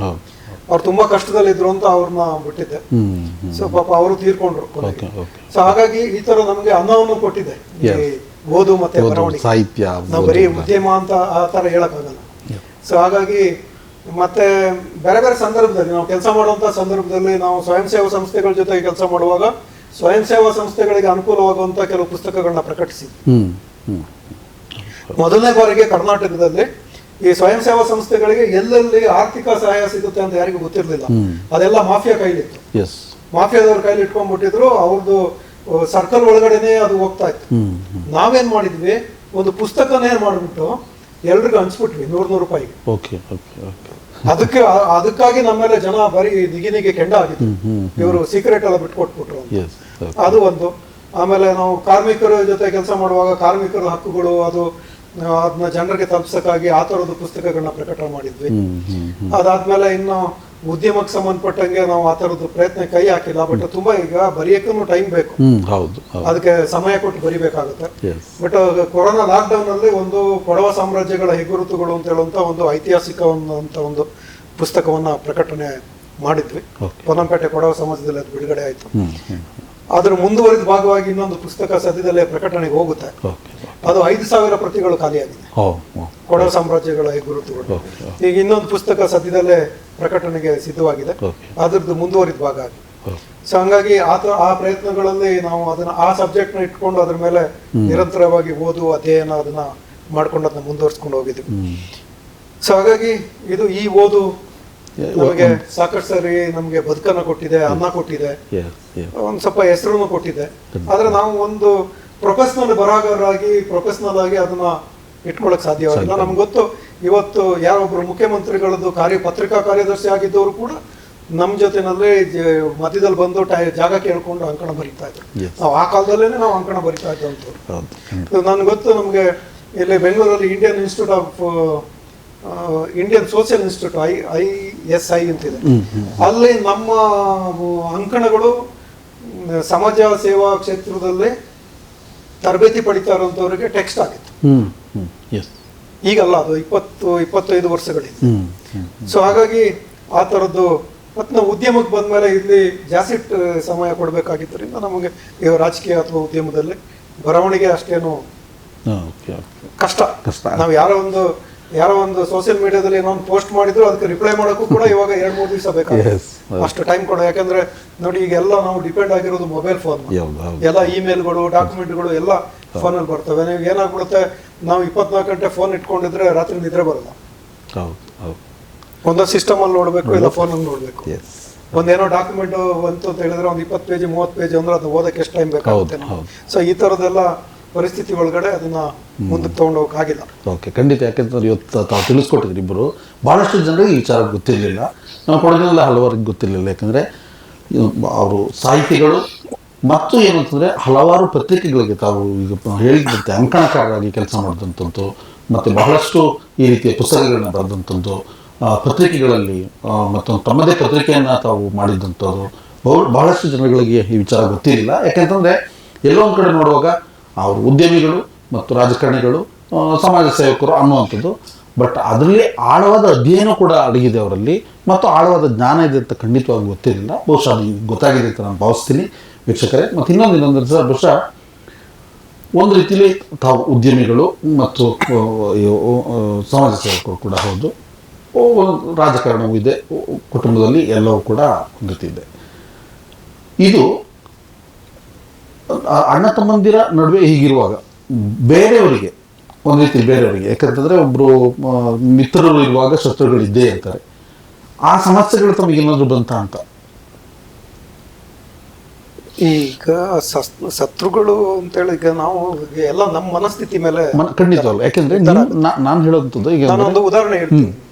ನಾವು ಫಸ್ಟ್ ಬೆಂಗಳೂರಿಗೆ ಬಂದಾಗ ಒಂದು ಮನೆ ಬಾಡಿಗೆ ತಗೊಂಡು ಕಾಡುಗೊಂಡಿನಲ್ಲಿ ಅಂತ ಒಂದು ಪ್ರದೇಶ. ನಮ್ಮ ಅಣ್ಣ ಅವರು ಅಲ್ಲಿ ಪಕ್ಕದಲ್ಲಿ ಹೆಲ್ತ್ ಡಿಪಾರ್ಟ್ಮೆಂಟ್ ಕ್ವಾರ್ಟರ್ಸ್ ಅಲ್ಲಿ ಇದ್ರು. ನಾವು ಪಕ್ಕದಲ್ಲೇ ಇರೋಣ ಸ್ವಲ್ಪ ಅಂದ್ಬಿಟ್ಟು, ಬೆಂಗಳೂರು ಅಂದ್ರೆ ಭಯ ಅಲ್ವಾ, ಹಂಗಾಗಿ ಅಲ್ಲಿದ್ವಿ. ಇಡೀ ಜನ ಎಲ್ಲ ಹೇಳೋರು ಅವ್ರು ಸರಿ ಇಲ್ಲ, ಅವ್ರು ಕೆಟ್ಟವ್ರು, ಯಾರು ಮನೆ ಓನರ್. ಬಟ್ ನಮ್ಮ ಜೊತೆ ಯಾವತ್ತೂ ಆ ತರ ನಡ್ಕೊಳ್ಳಿಲ್ಲ. ನಮ್ಗೆ ತುಂಬಾ ಚೆನ್ನಾಗಿ ನೋಡ್ಕೊಂಡ್ರು. ನಾವು ಮನೆ ಇಡೀ ಈ ಏರಿಯಾನೇ ಬೇಡ ಅದು ಅಂತ ಹೇಳಿ ನಾವು ಖಾಲಿ ಮಾಡ್ಕೊಂಡು ರಾಜರಾಜೇಶ್ವರಿ ನಗರಕ್ಕೆ ಹೋದ್ವಿ. ಬಹುಶಃ 1998 ಅಲ್ಲಿ. ಸೊ ಅವರೇ ವೆಹಿಕಲ್ ತಗೊಬಂದು ನಮ್ದು ವಸ್ತುಗಳನ್ನೆಲ್ಲ ಲಾರಿ ಲೋಡ್ ಮಾಡಿ ಕಳ್ಸಿಕೊಟ್ಟು ಪುನಃ ಅಲ್ಲಿಗೆ ಹೋದ್ವಿ. ಅಲ್ಲೊಬ್ರು ಮನೆಗೆ ಒಂದ್ ಸ್ವಲ್ಪ ಒಂಥರ ಅಪಾರ್ಟ್ಮೆಂಟ್ ಎಲ್ಲ ಈ ಕಡೆ ವಟಾರನಲ್ಲ ಆ ತರ ಇದ್ದಂತ ಒಂದ್ ಮನೆ. ಅಲ್ಲೊಬ್ರು ರೆಡ್ಡಮ್ಮ ಅಂದ್ಬಿಟ್ಟು ಜನ ಹೇಳೋರು ತುಂಬಾ ಕೆಟ್ಟವ್ರು, ಸರಿ ಇಲ್ಲ ಅಂತ ಹೇಳ್ಬಿಟ್ಟು. ಬಟ್ ನನ್ಗೆ ಯಾವತ್ತೂ ಅವ್ರು ಕೆಟ್ಟವ್ರು ಅಂತ ಅನ್ಸಿಲ್ಲ. ಇಡೀ ನಮ್ಮ ಫ್ಯಾಮಿಲಿಗೆ ನಮ್ಗೆ ಯಾವತ್ತೂ ಅವ್ರು ಬಾಡಿಗೆಗಾಗಲಿ ಇನ್ನೊಂದಕ್ಕಾಗಲಿ ಕಿರಿಕ್ ಮಾಡಿದವ್ರೆ ಎಲ್ಲ. ನಾನು ಏನ್ ಹೇಳ್ತೀನಿ ಅಂದ್ರೆ ನಮ್ದು ರಿಫ್ಲೆಕ್ಷನ್ಸ್ ನಾವ್ ಹೆಂಗೆ ಕ್ರಿಯೆ ಮಾಡ್ತೀವಿ ಆ ತರ ಪ್ರತಿಕ್ರಿಯೆ ಬರುತ್ತೆ. ನಾವು ಶತ್ರುತ್ವ ಬೆಳೆಸ್ತೀವಿ ಅಂದ್ರೆ ನಾವು ಯಾರಿಗೂ ಮೋಸ ಮಾಡಿರ್ಬೇಕು, ಯಾರಿಗೂ ಅನ್ಯಾಯ ಮಾಡಿರ್ಬೇಕು. ಅದನ್ನ ಮಾಡಿದ್ರೆ ಅವ್ರು ನಮ್ಗೆ ಶತ್ರುಗಳಾಗ್ತಾರೆ. ನಾವು ಇಂಟೆನ್ಷನ್ ಅಲ್ಲಿ ಕಾನ್ಸಿಯಸ್ ಆಗಿ ಪ್ರಜ್ಞಾಪೂರ್ವಕವಾಗಿ ನಾವು ಯಾರಿಗೂ ಮೋಸ ಮಾಡಲ್ಲ ಅಂತ ಇದ್ದಾಗ ಯಾಕೆ ಶತ್ರುಗಳು ಇರ್ತಾರೆ? ನಮ್ಮ ಅನುಭವದಲ್ಲಿ ಇಬ್ರು ನಾನು ತುಂಬಾ ಅಧಿಕಾರಯುತವಾಗಿ ಅವ್ರ ಬಗ್ಗೆ ಹೇಳ್ಬಲ್ಲ. ಇವತ್ತುವರೆಗೂ ನಾವು ಯಾರ ಜೊತೆ ಮಾತು ಬಿಟ್ಟವ್ರಲ್ಲ. ಅವ್ರೇನೋ ರಾಜಕೀಯದಲ್ಲಿ ಒಂದು 2-3 ಜನರ ಜೊತೆನಲ್ಲಿ ಸ್ವಲ್ಪ ದೂರ ಇದ್ರು ಇತ್ತೀಚೆಗೆ. ಮತ್ತೆ ಅದನ್ನ ನಾವು ಇಲ್ಲಿವರೆಗೆ ಮಾತೇ ಬಿಟ್ಟವ್ರಲ್ಲ. ಎದುರುಗಡೆ ಸಿಕ್ಕಿದ್ರೆ ಮಾತಾಡ್ಸ್ಬಿಡ್ತೀವಿ. ಅದು ಯಾರೇ ಇರ್ಲಿ, ಏನೇ ಜಗಳ ಆಡ್ಕೊಂಡಿರ್ಲಿ, ಏನೇ ಇರ್ಲಿ. ಯಾಕಂದ್ರೆ ಯಾರ ಜೊತೆ ಇಂಟೆನ್ಷನ್ ಅಲ್ಲಿ ಜಗಳ ಆಡಿರಲ್ಲ. ಪ್ರಜ್ಞಾಪೂರ್ವಕವಾಗಿ ಅವ್ರಿಗೇನೋ ತೊಂದರೆ ಕೊಡ್ಬೇಕು ಅಂತ ಹೇಳೋದು ಯಾವತ್ತೂ ಮನಸ್ಸಲ್ಲಿ ಇದ್ದೇ ಇದ್ದಲ್ಲ. ಶತ್ರುಗಳು ಅಂತ ಹೇಳೋದು ಬಿಸ್ನೆಸ್ ಅಲ್ಲೂ ಬರಲ್ಲ, ರಾಜಕೀಯದಲ್ಲೂ ಬರಲ್ಲ, ಅಥವಾ ವೈಯಕ್ತಿಕ ಜೀವನದಲ್ಲೂ ಬರಲ್ಲ. ಆ ತರದ್ದು ಆ ಥರ ಅನುಭವಗಳೇ ಇಲ್ಲ. ಇರ್ಬೋದು, ಯಾರೋ ಹಿಂದ್ಗಡೆಯಿಂದ ಖಾಲಿ ಇಳಿಯೋಕೆ ಪ್ರಯತ್ನ ಪಟ್ಟವ್ರು ಇರ್ಬೋದು, ಇಲ್ಲ ಅಂತ ಹೇಳೋದು. ಅದು ಗಮನಕ್ಕೆ ಬಂದ ತಕ್ಷಣ ನಾನು ಇಲ್ಲೇ ಕರೆದ್ಬಿಟ್ಟು ಅವ್ರಿಗೆ ಹೇಳ್ತೀನಿ, ಏನಪ್ಪಾ ನೀವು ಏನು ತೊಂದರೆ ಇದೆ, ಏನು ಅನ್ಯಾಯ ಮಾಡಿದ್ರಿ ಅಂತ. ಯಾವುದೋ ಒಂದು ಸಂದರ್ಭದಲ್ಲಿ ಒಂದು 20 ವರ್ಷದಿಂದ ಒಂದು ಗಾರ್ಮೆಂಟ್ ಯೂನಿಯನ್ ನಡೆಸ್ತಾ ಇದ್ದಂತಾಗ, ಆವಾಗ ದೊಡ್ಡ ಒಂದು ಸ್ವಯಂ ಸೇವಾ ಸಂಸ್ಥೆಯನ್ನು ಕೂಡ ನಾವು ನಡೆಸ್ತಾ ಇದ್ದಾಗ ಒಂದೇನೋ ಒಂದು ಇನ್ಸಿಡೆಂಟ್ ಆಗಿತ್ತು. ಯಾರೋ ಒಬ್ರು ಯಾವುದೋ ಪತ್ರಿಕೆನಲ್ಲಿ ಒಂದು ಪತ್ರಿಕೆ ಗೋಷ್ಠಿ ಕರೆದು ನಮ್ಮ ಮೇಲೆ ಏನೋ ಮಾತಾಡಬೇಕು ಅಂತ ಒಂದು ಪ್ಲಾನ್ ಮಾಡ್ಕೊಂಡಿದ್ರು, ನಮ್ಗೆ ನ್ಯೂಸ್ ಇತ್ತು. ಅದು ಆಗ್ಲಿಲ್ಲ. ಅದು ಯಾಕೆ ಆಗ್ಲಿಲ್ಲ ಏನು ಅಂತ ನಮಗೂ ಗೊತ್ತಿಲ್ಲ. ಒಂದು 10 ವರ್ಷ ಕಳೆದ ಮೇಲೆ ಅವ್ರು ಫೋನ್ ಮಾಡ್ತಿರ್ತಾರೆ. ನಾನು ಒಂದೇ ಪ್ರಶ್ನೆ ಕೇಳಿದೆ, ನಾವು ಏನನ್ನೇ ಮಾಡಿದ್ವಿ ನಿಮಗೆ, ನೀವು ಈ ಥರದೊಂದು ಪ್ಲಾನ್ ಮಾಡಿದ್ರಲ್ಲ ಯಾಕೆ ಅಂತ ಕೇಳಬೇಕು ಅಂತ ಅನ್ನಿಸ್ತು. ಕೇಳಿದೆ, ಉತ್ತರ ಇರಲಿಲ್ಲ. ಉತ್ತರ ಏನು ಮಾಡಿದ್ದೀವಿ ನಾವು ತೊಂದರೆ ಅಂತ ಹೇಳೋದ್ರ ಬಗ್ಗೆ ಅವ್ರಿಗೆ ಉತ್ತರ ಇರಲಿಲ್ಲ. ಇರ್ಬೋದು ಕೆಲವು ನಿಲ್ಲಿಸಿ, ನಾನು ಆವಾಗಲೇ ಹೇಳ್ದಂಗೆ ಎಲ್ಲ ಕ್ಷೇತ್ರದಲ್ಲೂ ಮಾಫಿಯಾ. ಖಂಡಿತ, ಹೌದು. ರಿಯಲ್ ಎಸ್ಟೇಟಲ್ಲೂ ಇದೆ, ಅದು ಕೃಷಿನಲ್ಲೂ ಇದೆ, ಹೈನುಗಾರಿಕೆನಲ್ಲೂ ಇದೆ, ಅಥವಾ ರಾಜಕೀಯದಲ್ಲೂ ಇದೆ. ಎಲ್ಲ ಕಡೆ ಅವರವ್ರದೇ ಗುಂಪುಗಳನ್ನ ಕಟ್ಕೊಂಡಂತಹ ಮಾಫಿಯಾಗಳಿದೆ. ಅವರು ನಿಮಗೆ ತೊಂದರೆ ಮಾಡೋಕ್ಕೆ ಪ್ರಯತ್ನ ಪಡ್ತಾ ಇರ್ತಾರೆ. ನೀವು ಯಾವಾಗ ವ್ಯವಸ್ಥೆದು ವಿರುದ್ಧ ನಿಂತ್ಕೊಂತೀರಿ, ವ್ಯವಸ್ಥೆಯಲ್ಲಿ ಇರುವಂತಹ ಒಂದು ಸ್ಥಾಪಿತ ಹಿತಾಸಕ್ತಿಗಳನ್ನ ಒಡೆಯಕ್ಕೆ ಪ್ರಯತ್ನ ಪಡ್ತೀರಿ, ಅವಾಗ ನಿಮ್ಗೆ ಕಾಲು ಎಳೆಯೋಕೆ ಪ್ರಯತ್ನ ಪಡ್ತಾರೆ. ಅದಿಲ್ಲ ಅಂತ ನಾವು ಹೇಳೋದು. ನಾವು ಗಾರ್ಮೆಂಟ್ ಯೂನಿಯನ್ಗಳು ಮಾಡುವಾಗ್ಲೂ ಕೂಡ ಫ್ಯಾಕ್ಟ್ರಿಗಳ ಎಗ್ನೆಸ್ಟ್ ಸಾವಿರಾರು ಕೇಸ್ಗಳನ್ನ ಫೈಟ್ ಮಾಡ್ತಾ ಇದ್ದಾರೆ. ಈಗ MLA ಆಗಿರುವಂತವ್ರೆ ಒಂದಷ್ಟು ಜನ ನಮ್ಮ ಎಗ್ನೆಸ್ಟ್ ನಿಂತ್ಕೊಂಡಿದ್ರು ಬೆಂಗಳೂರಲ್ಲಿ. ಯಾರೋ ಒಬ್ಬ ಮೇಯರ್ ಹೇಳಿದ್ದ ನಮ್ಗೆ, 24 ಗಂಟೆಯಲ್ಲಿ ನೀವು ಆಫೀಸ್ ಖಾಲಿ ಮಾಡಿಸ್ತೀವಿ ಅಂತ. ನಾವು ಮೊನ್ನೆ ಖಾಲಿ ಮಾಡಿದ್ವಿ ಆಫೀಸ್ನ, ಯಾಕಂದ್ರೆ ತುಂಬಾ ಚಿಕ್ಕದಾಯ್ತು. ಮತ್ತೆ ರೋಡ್ ಪಕ್ಕ ಮೈಸೂರು ಹೈವೇಗೆ ಇತ್ತು. ತುಂಬಾ ಧೂಳು ತುಂಬ್ಕೊಂಡು ನಮ್ಗೆ ಸಾಕಾಗ್ಬಿಟ್ಟಿದೆ ಅಂತ ಎಲ್ಲ ಕಂಪ್ಲೇಂಟ್ ಮಾಡಿದಕ್ಕೆ ತಗೊಂಡೋಗಿ ಬೇರೆ ಕಡೆ ಹಾಕಿದ್ವಿ. 24 ಗಂಟೆ ಅಲ್ಲ, 20 ವರ್ಷ ಖಾಲಿ ಮಾಡೋಕ್ಕಾಗಿಲ್ಲ ಅವ್ರಿಗೆ. ಯಾರೊಬ್ರು ಮೇಯರ್ ಆಗಿದ್ರು ಬೆಂಗಳೂರು. ಇಲ್ಲ, ಈ ತರದ್ದು ನಡೆದಿದ್ದಾವೆ. ಯಾರೋ ಒಬ್ರು ಬೆಂಗಳೂರು ಸೌತ್ ಅಲ್ಲಿ MLA ಆಗಿರುವಂತವ್ರು ಯಾರೋ ಒಬ್ರು ನಮ್ದು ಎಲ್ಲ ಪೋಸ್ಟರ್ಗಳಿಗೆಲ್ಲ ಬೆಂಕಿ ಇಟ್ಟಿದ್ರು ಯಾವ್ದೋ ಒಂದು ಸಂದರ್ಭದಲ್ಲಿ, ಹೋರಾಟದ ಸಂದರ್ಭದಲ್ಲಿ ಎದುರಿಸಿದ್ವಿ. ಖಂಡಿತ. ಯಾಕಂದ್ರೆ ನಾವು ಬಹಳಷ್ಟು ಇಲ್ಲಿ ಇತ್ತಲ್ಲ, ಕರ್ನಾಟಕದಲ್ಲಿ ಬೆಂಗಳೂರಲ್ಲಾಗಿರ್ಬೋದು, ಕೊಡಗಲ್ಲಾಗಿರ್ಬೋದು, ಮಂಗಳೂರಲ್ಲಾಗಿರ್ಬೋದು, ಇತ್ತೀಚೆಗೆ ಅದೊಂದು ಸಂದರ್ಭದಲ್ಲಿ ಮಂಗಳೂರು ಹೋದಾಗಲೂ ಕೂಡ ತಮ್ಮ ಬ್ಯಾನರ್ನ ಕೂಡ ಕಂಡಿದ್ದೀವಿ. ಭಾಳಷ್ಟು ಕಡೆ ಸಮಾಜ ಸೇವೆ ಇದೆಲ್ಲ ಇದ್ದಾಗ, ಯಾಕೆಂತಂದರೆ ಒಂದು ಕಡೆ ರಾಜಕಾರಣ, ಉದ್ಯಮ, ಸಮಾಜ ಸೇವೆ ಇದ್ದಾಗ ಶತ್ರುಗಳು ಉಟ್ಕೊಳ್ಳೋದು ಮಾಮೂಲಿ. ಅದನ್ನು ಬಹಳ ಯಶಸ್ವಿಯಾಗಿ ನಿಭಾಯಿಸಿದಿರಿ ಅಂತ ಅನ್ಕೋತೀವಿ. ಅದ್ರ ಜೊತೆಗೆ ಒಂದು ಪ್ರಶ್ನೆ ಏನು ಅಂತಂದರೆ, ಒಂದು ರೀತಿ ಇನ್ನೇನು ಮುಗಿಯೋ ಘಟ್ಟಕ್ಕೆ ಬಂತು ಉದ್ಯಮ. ಈಗ ಒಂದು ರೀತಿಯಲ್ಲಿ ಆ ಉದ್ಯಮವನ್ನು ತಾವು ಆಗಲೇ ಹೇಳಿದಾಗ ಏನಂದರೆ, ಎಲ್ಲವೂ ಕೂಡ ಯಶಸ್ಸಾಗಲಿಕ್ಕೆ ಸಾಧ್ಯ ಇಲ್ಲ. ಅದರಿಂದ ಭಾಳಷ್ಟು ಶ್ರಮ ಇರಲೇಬೇಕಾಗ್ತದೆ. ಪ್ರತಿಯೊಂದು 0ಇಂದನೇ ಮತ್ತೆ ಅದು ಕೊಡ್ತಾ ಹೋಗೋದು. ನಿಮ್ಮ ಜೀವನದಲ್ಲಿ ಆ ಉದ್ಯಮ, ನಮ್ಮ ಉದ್ಯಮ ಆಗಬೇಕು ಅಂತ ಪ್ರಾರಂಭ ಮಾಡಿ ಇಲ್ಲಿವರೆಗೂ ಬಂದಾಗ ಹೇಗಿತ್ತು ಆ ಉದ್ಯಮದ ಸೈಕಲ್, ಹೇಗಿತ್ತು ಅಂತ? ನೋಡಿ, ಉದ್ಯಮಿ ಆಗಬೇಕು ಅಂತ ಹೇಳೋದು ನಮ್ದು ಆಯ್ಕೆ ಆಗಿರಲಿಲ್ಲ. ನಮ್ದು ಆಯ್ಕೆ ಏನಿದ್ರು ಈ ಸಮಾಜದಲ್ಲಿ ಯಾರು ನೊಂದವರಿದ್ದಾರೆ ಅವ್ರ ಪರವಾಗಿ ಕೆಲಸ ಮಾಡಬೇಕು ಅಂತಿತ್ತು. ಆದರೆ ಬದುಕಿನ ಅನಿವಾರ್ಯತೆ ನಮ್ಮನ್ನು ಉದ್ಯಮಿಗಳನ್ನಾಗಿ ಮಾಡ್ತು. ಯಾಕೆಂದ್ರೆ ನಾವು ಈ ಏನು ಹೋರಾಟಗಳು ಮಾಡ್ತಾ ಇದ್ವಿ, ಅದಕ್ಕೆ ಬೇಗ ಸಂಪನ್ಮೂಲಗಳ ಕೊರತೆ ಆದಾಗ ನಾವು ಸ್ವಲ್ಪ ಆಲ್ಟರ್ನೇಟಿವ್ ಬಗ್ಗೆ ಯೋಚನೆ ಮಾಡಬೇಕಾಗಿ ಬಂತು. ಅದು ಇಲ್ಲಿ ನಮಗೊಬ್ರು ಹಿರಿಯ ಸ್ನೇಹಿತರು NR ಹೆಗಡೆ ಅಂದ್ಬಿಟ್ಟು ಈಗಲೂ ಇದ್ದಾರೆ. ಅವರು ನಮ್ಮ ಒಂದು ಯೂನಿಯನ್ ಅಲ್ಲಿ ಗ್ಲೋಬಲ್ ಲೆವೆಲ್ ಅಲ್ಲಿ ಬರೀ ಹೆಸರು ಮಾಡಿದಂಥವ್ರು. ಯೂನಿಯನ್ ಇತ್ತು, ಯೂನಿಯನ್ ನೆಟ್ವರ್ಕ್ ಇಂಟರ್ನ್ಯಾಷನಲ್ ಅಂತ. ಅವ್ರದ್ದು ಇಂಡಿಯಾ ಡೈರೆಕ್ಟರ್ ಆಗಿತ್ತು. ನಿಜವಾಗ್ಲೂ ಈ ಬಿಸ್ನೆಸ್ ಕರ್ಕೊಂಡು ಬಂದವರು ಅವರೇ ನಮ್ಮ ಬೆಂಗಳೂರಲ್ಲಿ. ನಾವು ತುಂಬಾ ಕಷ್ಟಪಡ್ತಾ ಇರೋದನ್ನ ನೋಡಿ, ಇಲ್ಲ ಇಂಥ ಒಂದು ರಿಯಲ್ ಎಸ್ಟೇಟ್ ಅಲ್ಲಿ ಇಂಥ ಒಂದು ವ್ಯವಹಾರ ಇದೆ, ನೀವು ಬನ್ರಿ, ನೀವು ಮಾಡ್ರಿ ಅಂತ ನಮ್ಮನ್ನ ಕರ್ಕೊಬಂದು ಹೇಳ್ಕೊಟ್ಟು ನಮ್ಮ ಗುರುಗಳು NR ಹೆಗಡೆ ಅವರು. ಅದು ಬೇರೆ ಬೇರೆಯವ್ರ ಸಪೋರ್ಟ್ ಇಂದ, ಬೇರೆ ಬೇರೆಯವ್ರದ್ದು ಸಂಪರ್ಕದಿಂದ ಬೆಳೀತಾ ಹೋಯ್ತು. ಬಟ್ ಅಲ್ಲೊಂದು ಟರ್ನಿಂಗ್ ಪಾಯಿಂಟ್, ಅದು ನಮ್ಗೆ ಬಹುಶಃ 2006ರಲ್ಲಿ ಟರ್ನಿಂಗ್ ಅನ್ನ ಕೊಟ್ಟವರು. ಸೊ ಹಂಗಾಗಿ ನಾವು ಬೈ ಚಾಯ್ಸ್ ಆಗಿದ್ದಲ್ಲ, ಬೈ ಆಕ್ಸಿಡೆಂಟ್ ಆಗಿತ್ತು. ಉದ್ಯಮಿಗಳಾಗಿ ಗುರುತಿಸ್ಕೊಂಡಿದ್ದೀವಿ ಇವತ್ತು. ಬಟ್ ಆ ಸಮಾಜ ಸೇವೆದ ಸ್ಪಿರಿಟ್ ಏನಿತ್ತು ಅದನ್ನ ಇವತ್ತು ಕಳ್ಕೊಂಡಿಲ್ಲ. ಮೊನ್ನೆ Tamil Nadu state INTUC president phone ಮಾಡಿದ್ರು, Indian National Trade Union Congress. ನಮಗೆ ಫೋನ್ ಮಾಡಿ ಅವರು, ಇಲ್ಲ ನೀವು ಯಾಕಿಲ್ಲ, ನೀವು ಸ್ವಲ್ಪ ಯೂನಿಯನ್ಗಳನ್ನ ಮತ್ತೆ ಸ್ಟ್ರೆಂಥನ್ ಮಾಡಬೇಕು ಅಂತ ಹೇಳೋದ್ರ ಬಗ್ಗೆ ಮಾತಾಡ್ತಾ ಇದ್ರು. ನಿಮ್ಮಂಥವ್ರು ಇಲ್ಲದೆ ಇರೋದ್ರಿಂದ ಇವತ್ತು ಕರ್ನಾಟಕದಲ್ಲಿ ಯೂನಿಯನ್ಗಳು ಭಾರಿ ತಳಮಟ್ಟದಲ್ಲಿದ್ದಾವೆ. ಏನೇ ಪೊಲಿಟಿಕಲ್ ಪಾರ್ಟಿ ರೆಕಗ್ನೈಸ್ಡ್ ಯೂನಿಯನ್ಸ್ ಇವತ್ತು ಇಲ್ಲ. ಎಸ್ ಹೌದು. ಅದೇನಾಗಿದೆ ಈ modified India modified India manufacturing India ಹೌದು. ಏನಿದೆ, ಮಾಡಿಫೈಡ್ ಇಂಡಿಯಾದಲ್ಲಿ ಏನಾಗ್ಬಿಟ್ಟಿದೆ ಅಂತ ಹೇಳಿದ್ರೆ ಒಂದ್ ಕಡೆ ಕಾರ್ಮಿಕ ಹಕ್ಕುಗಳನ್ನ ಕಿತ್ಕೊಂಡ್ಬಿಟ್ಟಿದ್ದಾರೆ. ಭಾಳಷ್ಟು ವಿಚಾರಗಳ ಬಗ್ಗೆ, ಉದ್ಯಮದ ಆಗುಹೋಗುಗಳ ಬಗ್ಗೆ, ತಾವು ಬೆಳೆದು ಬಂದ ರೀತಿಯ ಬಗ್ಗೆ ಹಲವಷ್ಟು ವಿಚಾರಗಳನ್ನ ತಿಳಿಸ್ಕೊಟ್ಟಿದ್ದೀರಿ. ಕೊನೆಯದಾಗಿ ತಾವೊಬ್ಬರು ಯಶಸ್ವಿ ಉದ್ಯಮಿ ಆಗಿದ್ದೀರಾ, ಭಾಳಷ್ಟು ಕಷ್ಟಗಳ ನಡುವೆ ಯಶಸ್ವಿ ಉದ್ಯಮಿ ಅನ್ನಿಸ್ಕೊಂಡಿದ್ದೀರಾ. ಅದ್ರ ಜೊತೆಗೆ ಈಗಿನ ಈ ಒಂದು ಸ್ಥಿತಿನಲ್ಲಿ ಇಷ್ಟೆಲ್ಲ ಉದ್ಯೋಗ ಸವಾಲುಗಳಿದ್ದರೂ ಕೂಡ, ಉದ್ಯಮದಲ್ಲಿ ಭಾಳಷ್ಟು ಸವಾಲುಗಳಿದ್ದರೂ ಕೂಡ, ಈಗ ನಾನು ಹೊಸದಾಗಿ ಒಂದು ಉದ್ಯಮಕ್ಕೆ ಬರಬೇಕು ಅನ್ನುವಂಥ ಮನಸ್ಥಿತಿ ಇರುವಂಥ, ಒಂದು ಹುಮ್ಮಸ್ಸಿರುವಂಥ ಯುವಕರಿಗೆ ನಿಮ್ಮ ಮಾತುಗಳೇನು? ಉದ್ಯಮದಲ್ಲಿ ಪ್ರಾರಂಭ ಮಾಡ್ತೀವಿ ಅಂತಿದ್ರೆ ಒಂದು ಮುಖ್ಯವಾಗಿ ಬೇಕಾಗಿರುವಂಥದ್ದು ಡೆಡಿಕೇಶನ್, ಕಮಿಟ್ಮೆಂಟು, ಆಮೇಲೆ ಎಂಥದೇ ಸವಾಲನ್ನು ಎದುರಿಸುವಂಥ ಒಂದು ಮನಸ್ಥಿತಿ, ಆಮೇಲೆ ಏನೇ ಸಮಸ್ಯೆ ಬಂದ್ರೂ ಅದನ್ನು ತುಂಬ ಬೇಕಾದವ್ರ ಹತ್ರ, ಅಕ್ಕಪಕ್ಕದವ್ರ ಹತ್ರ ಶೇರ್ ಮಾಡ್ಕೊಳ್ಳೋಂಥದ್ದನ್ನ ಕಲ್ತ್ಕೊಬೇಕಾಗುತ್ತೆ. ಇಲ್ಲ ಅಂತ ಹೇಳಿದ್ರೆ ಏನಾಗುತ್ತೆ, ಈ ಒಂಥರ ನಾವು ಈ ಕಾಯಿಲೆನ ಮುಚ್ಚಿಟ್ಕೊಂಡು ಉಲ್ಬಣ ಮಾಡ್ಕೊಂಡಂಗೆ ಆಗ್ಬೋದು ಯಾವುದನ್ನು. ಆಮೇಲೆ ನಾವು ಗಮನ ಹರಿಸ್ಬೇಕಾಗಿದ್ದು ಖರ್ಚು ವೆಚ್ಚಗಳ ಬಗ್ಗೆ. ನಾವು ಏನು ಮಾಡ್ತೀವಿ ತುಂಬ, ಈಗ ನಾನು ತುಂಬ ಹಿಂದೆ ಬೆಂಗಳೂರಲ್ಲಿ ಒಂದು 30-40 ಸಾವಿರ ಜನಕ್ಕೆ ಮೈಕ್ರೋ ಫೈನಾನ್ಸ್ ಲೋನ್ ಕೊಟ್ಟಿದ್ವಿ. ಯಾರ ಮುಖಾಂತರ? ಕಾರ್ಪೊರೇಷನ್ ಬ್ಯಾಂಕ್ ಮತ್ತು ಕೆನರಾ ಬ್ಯಾಂಕ್ ಮುಖಾಂತರ. ನಮಗಾಗಿನೇ ಸ್ಪೆಷಲ್ ಮೈಕ್ರೋ ಫೈನಾನ್ಸ್ ಬ್ರಾಂಚ್ಗಳನ್ನ ಮಾಡಿ ಲೋನ್ ಕೊಟ್ಟೆ. ನಾನು ನೋಡಿದ್ದೀನಿ ತುಂಬ ಹತ್ತಿರದಿಂದ, ಯಾಕಂದ್ರೆ ಲೋನ್ಗೆ ನಾನೇ ಸೈನ್ ಮಾಡ್ತಾ ಇದ್ದೆ, authority, one of the signatory. ನಾನು ಸೈನ್ ಮಾಡಿದ್ಮೇಲೆ ಲೋನ್ ಪೇಪರ್ ಮುಂದಕ್ಕೆ ಹೋಗ್ತಾ ಇತ್ತು.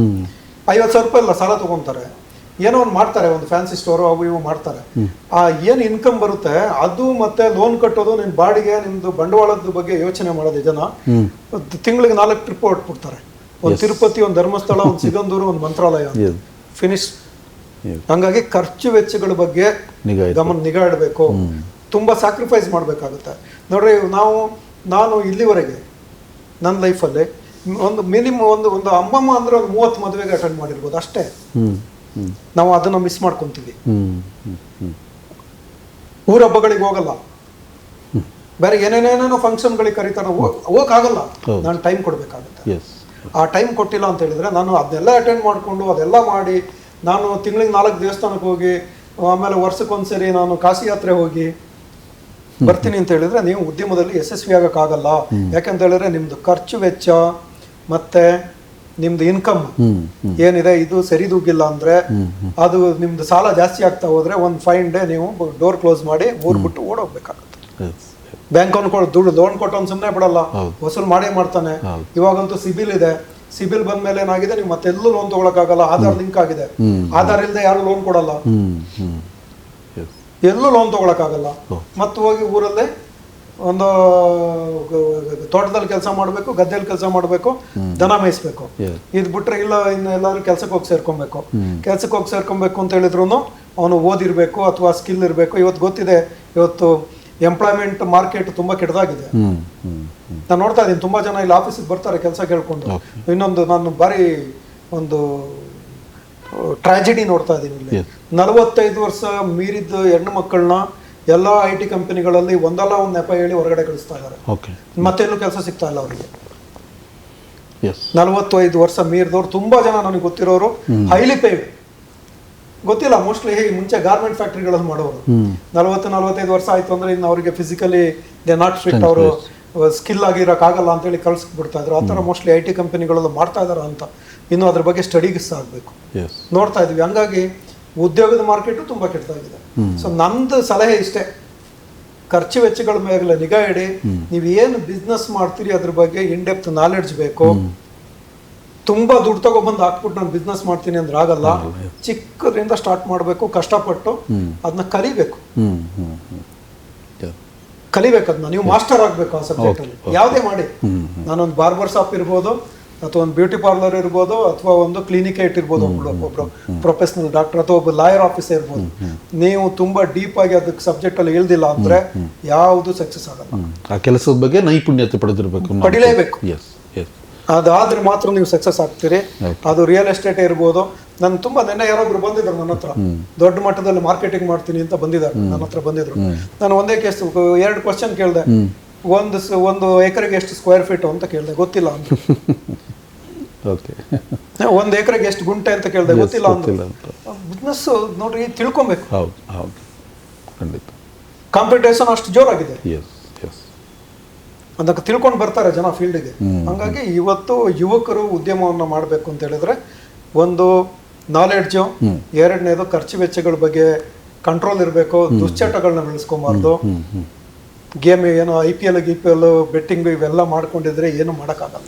ಸೊ ಇದು ನಂದು ಅಡ್ವೈಸ್. ಎಸ್ ಓಕೆ ಸರ್, ಖಂಡಿತ. ಯಾಕೆಂತಂದರೆ ತಾವು ಕೂಡ ಆ ರೀತಿಯ ಬೆಳೆದಿದ್ದೀರಿ. ಹಾಗಾಗಿ ಒಂದು ರೀತಿಯಲ್ಲಿ ಉದ್ಯಮಿ, ಯಶಸ್ವಿ ಉದ್ಯಮಿ ಅಂದರೆ ಹೇಗಿರಬೇಕು, ಉದ್ಯಮ ಅಂದರೆ ಹೇಗಿರಬೇಕು, ಅವ್ರು ಅದರಲ್ಲಿ ಎಷ್ಟು ಜ್ಞಾನ ಹೊಂದಿರಬೇಕು ಅಂತ ಖಂಡಿತವಾಗ್ಲೂ ತಾವು ಹೇಳ್ಕೊಟ್ಟಿದ್ದಾರೆ ಸರ್. ತಾವು ಒಂದು ರೀತಿಯಲ್ಲಿ ರಾಜಕಾರಣ ಒಂದು ಬದಿಗಿಡೋಣ, ನಾವು ಸಮಾಜ ಸೇವೆ ಮತ್ತು ಉದ್ಯಮದಲ್ಲೂ ಕೂಡ ತಾವು ಸಹೋದರರಿಗೆ ಸಪೋರ್ಟಾಗಿ ನಿಂತಿದ್ದೀರಿ. ಯಾವತ್ತೂ ಕೂಡ ತಾವಿಬ್ಬರು ಒಟ್ಟಿಗೆ ಇರ್ತೀರಿ. ರಾಜಕಾರಣ ಹೊರತುಪಡಿಸಿದಂಗೆ ಉದ್ಯಮದಲ್ಲಾಗಿರಲಿ, ಸಮಾಜ ಸೇವೆಯಲ್ಲಿ ನಿಮ್ಮ ಮಟ್ಟಿಗೆ, ನಿಮ್ಮ ದೃಷ್ಟಿಕೋನದಲ್ಲಿ ಒಬ್ಬ ಯಶಸ್ವಿ ಉದ್ಯಮಿ ಆಗಬೇಕು ಅಂತಂದರೆ ಆತ ಹೇಗಿರಬೇಕು, ಏನು ಶ್ರಮ ಇರಬೇಕು ಮತ್ತು ಆತನ ದಿನಚರಿ ಹೇಗಿರಬೇಕು ಅನ್ನೋಂಥದ್ದು? ಯಾವುದೇ ಒಂದು ಕೆಲಸ ನಾವು ಕಂಪ್ಲೀಟ್ ಮಾಡಬೇಕು ಅಂತ ಹೇಳಿದ್ರೆ ಅದಕ್ಕೆ ಒಂದು ಅವ್ರು ಹೇಳ್ದಾಗೇನೆ ಡೆಡಿಕೇಟ್ ಆಗಿರ್ಬೇಕು. ಎರಡನೇದು ತ್ಯಾಗ ಮಾಡಬೇಕು, ಸ್ಯಾಕ್ರಿಫೈಸ್ ಮಾಡಬೇಕು. ಸಾಕಷ್ಟು ವಿಷಯಗಳನ್ನ ಬಿಟ್ಕೊಡ್ಬೇಕು. ನೀವು ರಾತ್ರಿ ಪಾರ್ಟಿ ಮಾಡೋದನ್ನ ಬಿಡಬೇಕಾಗ್ತದೆ, ವೀಕೆಂಡ್ ಪಾರ್ಟಿ ಮಾಡೋದನ್ನ ಬಿಡಬೇಕಾಗ್ತದೆ. ನೀವು ಈ ಥರದ್ದು ನಾನು ಎಂಜಾಯ್ ಮಾಡಬೇಕು ಅಂತ ಹೇಳೋದನ್ನ ನೀವು ಕಮ್ಮಿ ಮಾಡಿದ್ರೆ, ಅದನ್ನ ಬಿಟ್ಕೊಟ್ರೆ, ಅದನ್ನ ಏನ್ ಹೇಳ್ತೀವಿ ತ್ಯಾಗ ಮಾಡಿದ್ರೆ ನೀವೇನಾದ್ರೂ ಮಾಡ್ತೀರಿ. ನಾನು ಇಲ್ಲ ನನಗೆಲ್ಲವೂ ಬೇಕು ಅಂದ್ರೆ, ಈಗ ನಮ್ ಜೊತೆಲೇನೆ ಈಗ ಕೊಡಗು ಜಿಲ್ಲೆಯಲ್ಲಿ 2 MLA ಇದ್ದಾರೆ ಯುವಕರು. ನನಗೆ ಅನ್ಸಲ್ಲ ಅವರು ಇವೆಲ್ಲ ಮಾಡಕ್ಕೆ ಅವ್ರಿಗೆ ಟೈಮ್ ಇದೆ ಅಂತ. ಯಾಕೆಂದ್ರೆ ರಾತ್ರಿ 12 ಗಂಟೆ ಆದ್ರೂ ಯಾವ್ದೋ ಒಂದು ಜಾಗದಲ್ಲಿ ಇರ್ತಾರೆ, ಎಲ್ಲ ಆನೆ ತುಂಬ ಸಾಯಿಸ್ತಲ್ಲಿ ಇರ್ತಾರೆ, ಮತ್ತೆ ಇನ್ನೆಲ್ಲೋ ಇರ್ತಾರೆ. ಮದುವೆ ಮನೆಗೆ ಹೋದ್ರೆ 10 ನಿಮಿಷ, ಅದು ಅವರು ಅಂತಲ್ಲ, ಬಹುತೇಕ ರಾಜಕಾರಣಿಗಳು 10 ನಿಮಿಷ ಇರಕ್ಕಾಗುತ್ತೆ. ಹಂಗಿದ್ರೆ ಮಾತ್ರ ನೀವು ಒಬ್ಬ ಯಶಸ್ವಿ ರಾಜಕಾರಣಿ ಆಗಕ್ಕೆ, ಅಥವಾ ಈ ತರದನ್ನ ಬಿಟ್ಕೊಟ್ಟಾಗ ನೀವು ಯಶಸ್ವಿ ಉದ್ಯಮಿ ಆಗಕ್ಕೆ. ಮತ್ತೆ ಅವ್ರು ಹೇಳ್ದಾಗೇನೆ ಖರ್ಚು ವೆಚ್ಚಗಳನ್ನ ಕಮ್ಮಿ ಮಾಡಿದ. ಈಗ ಎಷ್ಟು ಬಂತು ತಿಂಗಳಿಗೆ ನಿಮ್ಗೆ 1 ಲಕ್ಷ ಆದಾಯ ಬಂದ್ರೆ, ಖರ್ಚು 1.5 ಲಕ್ಷ ಆಗ್ಬಿಟ್ರೆ ಹೌದು, ಆದಾಯಕ್ಕಿಂತ ಖರ್ಚು ಜಾಸ್ತಿ ಆಯ್ತು. ಆದಾಯಕ್ಕಿಂತ ಕಮ್ಮಿ ಇರಬೇಕು, 50% ಇರಬೇಕು. 50,000 ಮಾತ್ರ ಖರ್ಚು ಮಾಡಬೇಕು, ಇನ್ನು 50,000 ನಾವು ಇಟ್ಕೋಬೇಕು. ನಾವು ಕಲ್ತಿರೋದು ಹೇಳ್ತಾರೆ, ನಾವೇನು ಪರ್ಫೆಕ್ಟ್ ಆಗಿ ನಾವು ರೆಡಿಮೇಡ್ ಪ್ರಾಡಕ್ಟ್ ಅಲ್ಲ. ನಾವು ಎಲ್ಲವೂ ಕೂಡ ಝೀರೋದಿಂದ, ಎಲ್ಲವೂ 0ಯಿಂದ ಬಂದಿದ್ದು. ಸೊ ಹಾಗಾಗಿ ಉದ್ಯಮವನ್ನಾಗಲಿ ಯಾವುದೇ ಒಂದು ವಿಷಯದಲ್ಲಾಗಲಿ ನೀವು ತಜ್ಞರಾಗಬೇಕು ಅಂತ ಹೇಳಿದ್ರೆ ನೀವು ಅದರಲ್ಲಿ ಇನ್ ಡೆಪ್ತ್, ಅದರ ಆಳಕ್ಕೆ ಹೋಗ್ಲೇಬೇಕು, ವಿಚಾರ ಮಾಡ್ತಾ ಇರಬೇಕು.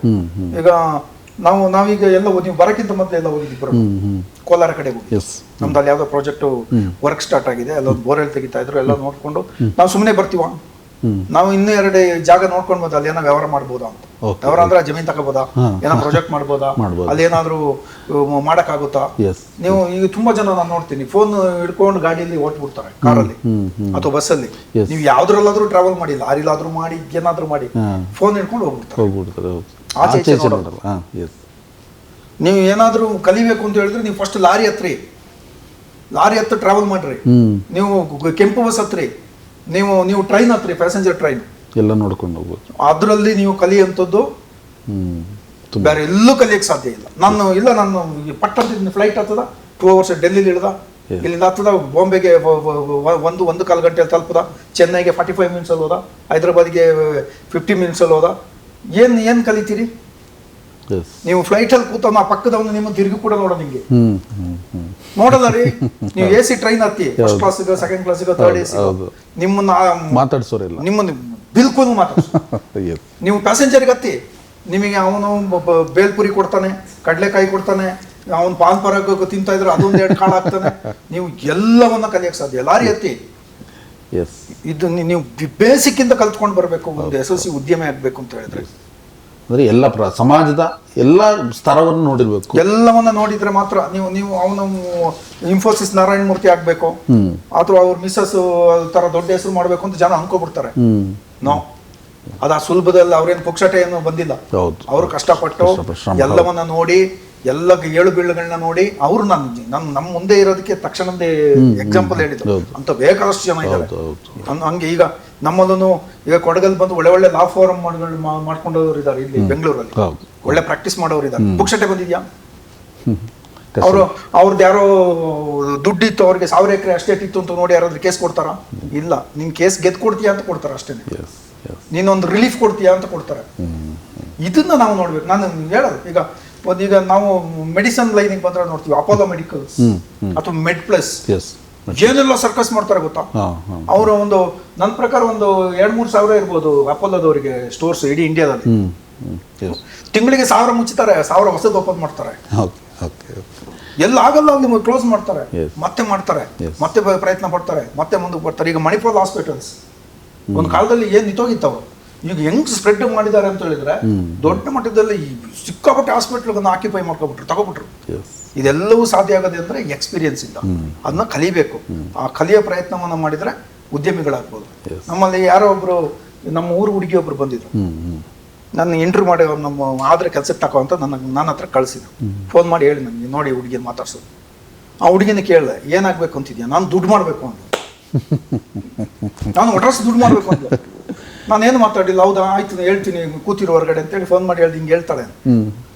ಹೌದಾ ದುಡ್ಡು ಅವ್ರು ತಗೊಳ್ಳೇಬೇಕು, ಅವ್ರಿಗೆ ಅನಿವಾರ್ಯ. ಯಾಕೆ ಊರು ಹುಡುಗಿ ತಗೊಂಡ್ರು 15 ದಿವಸ ಹುಡುಕಿ ಕೆಲಸ ಬಿಟ್ಟು ಹೋದ್ಲು.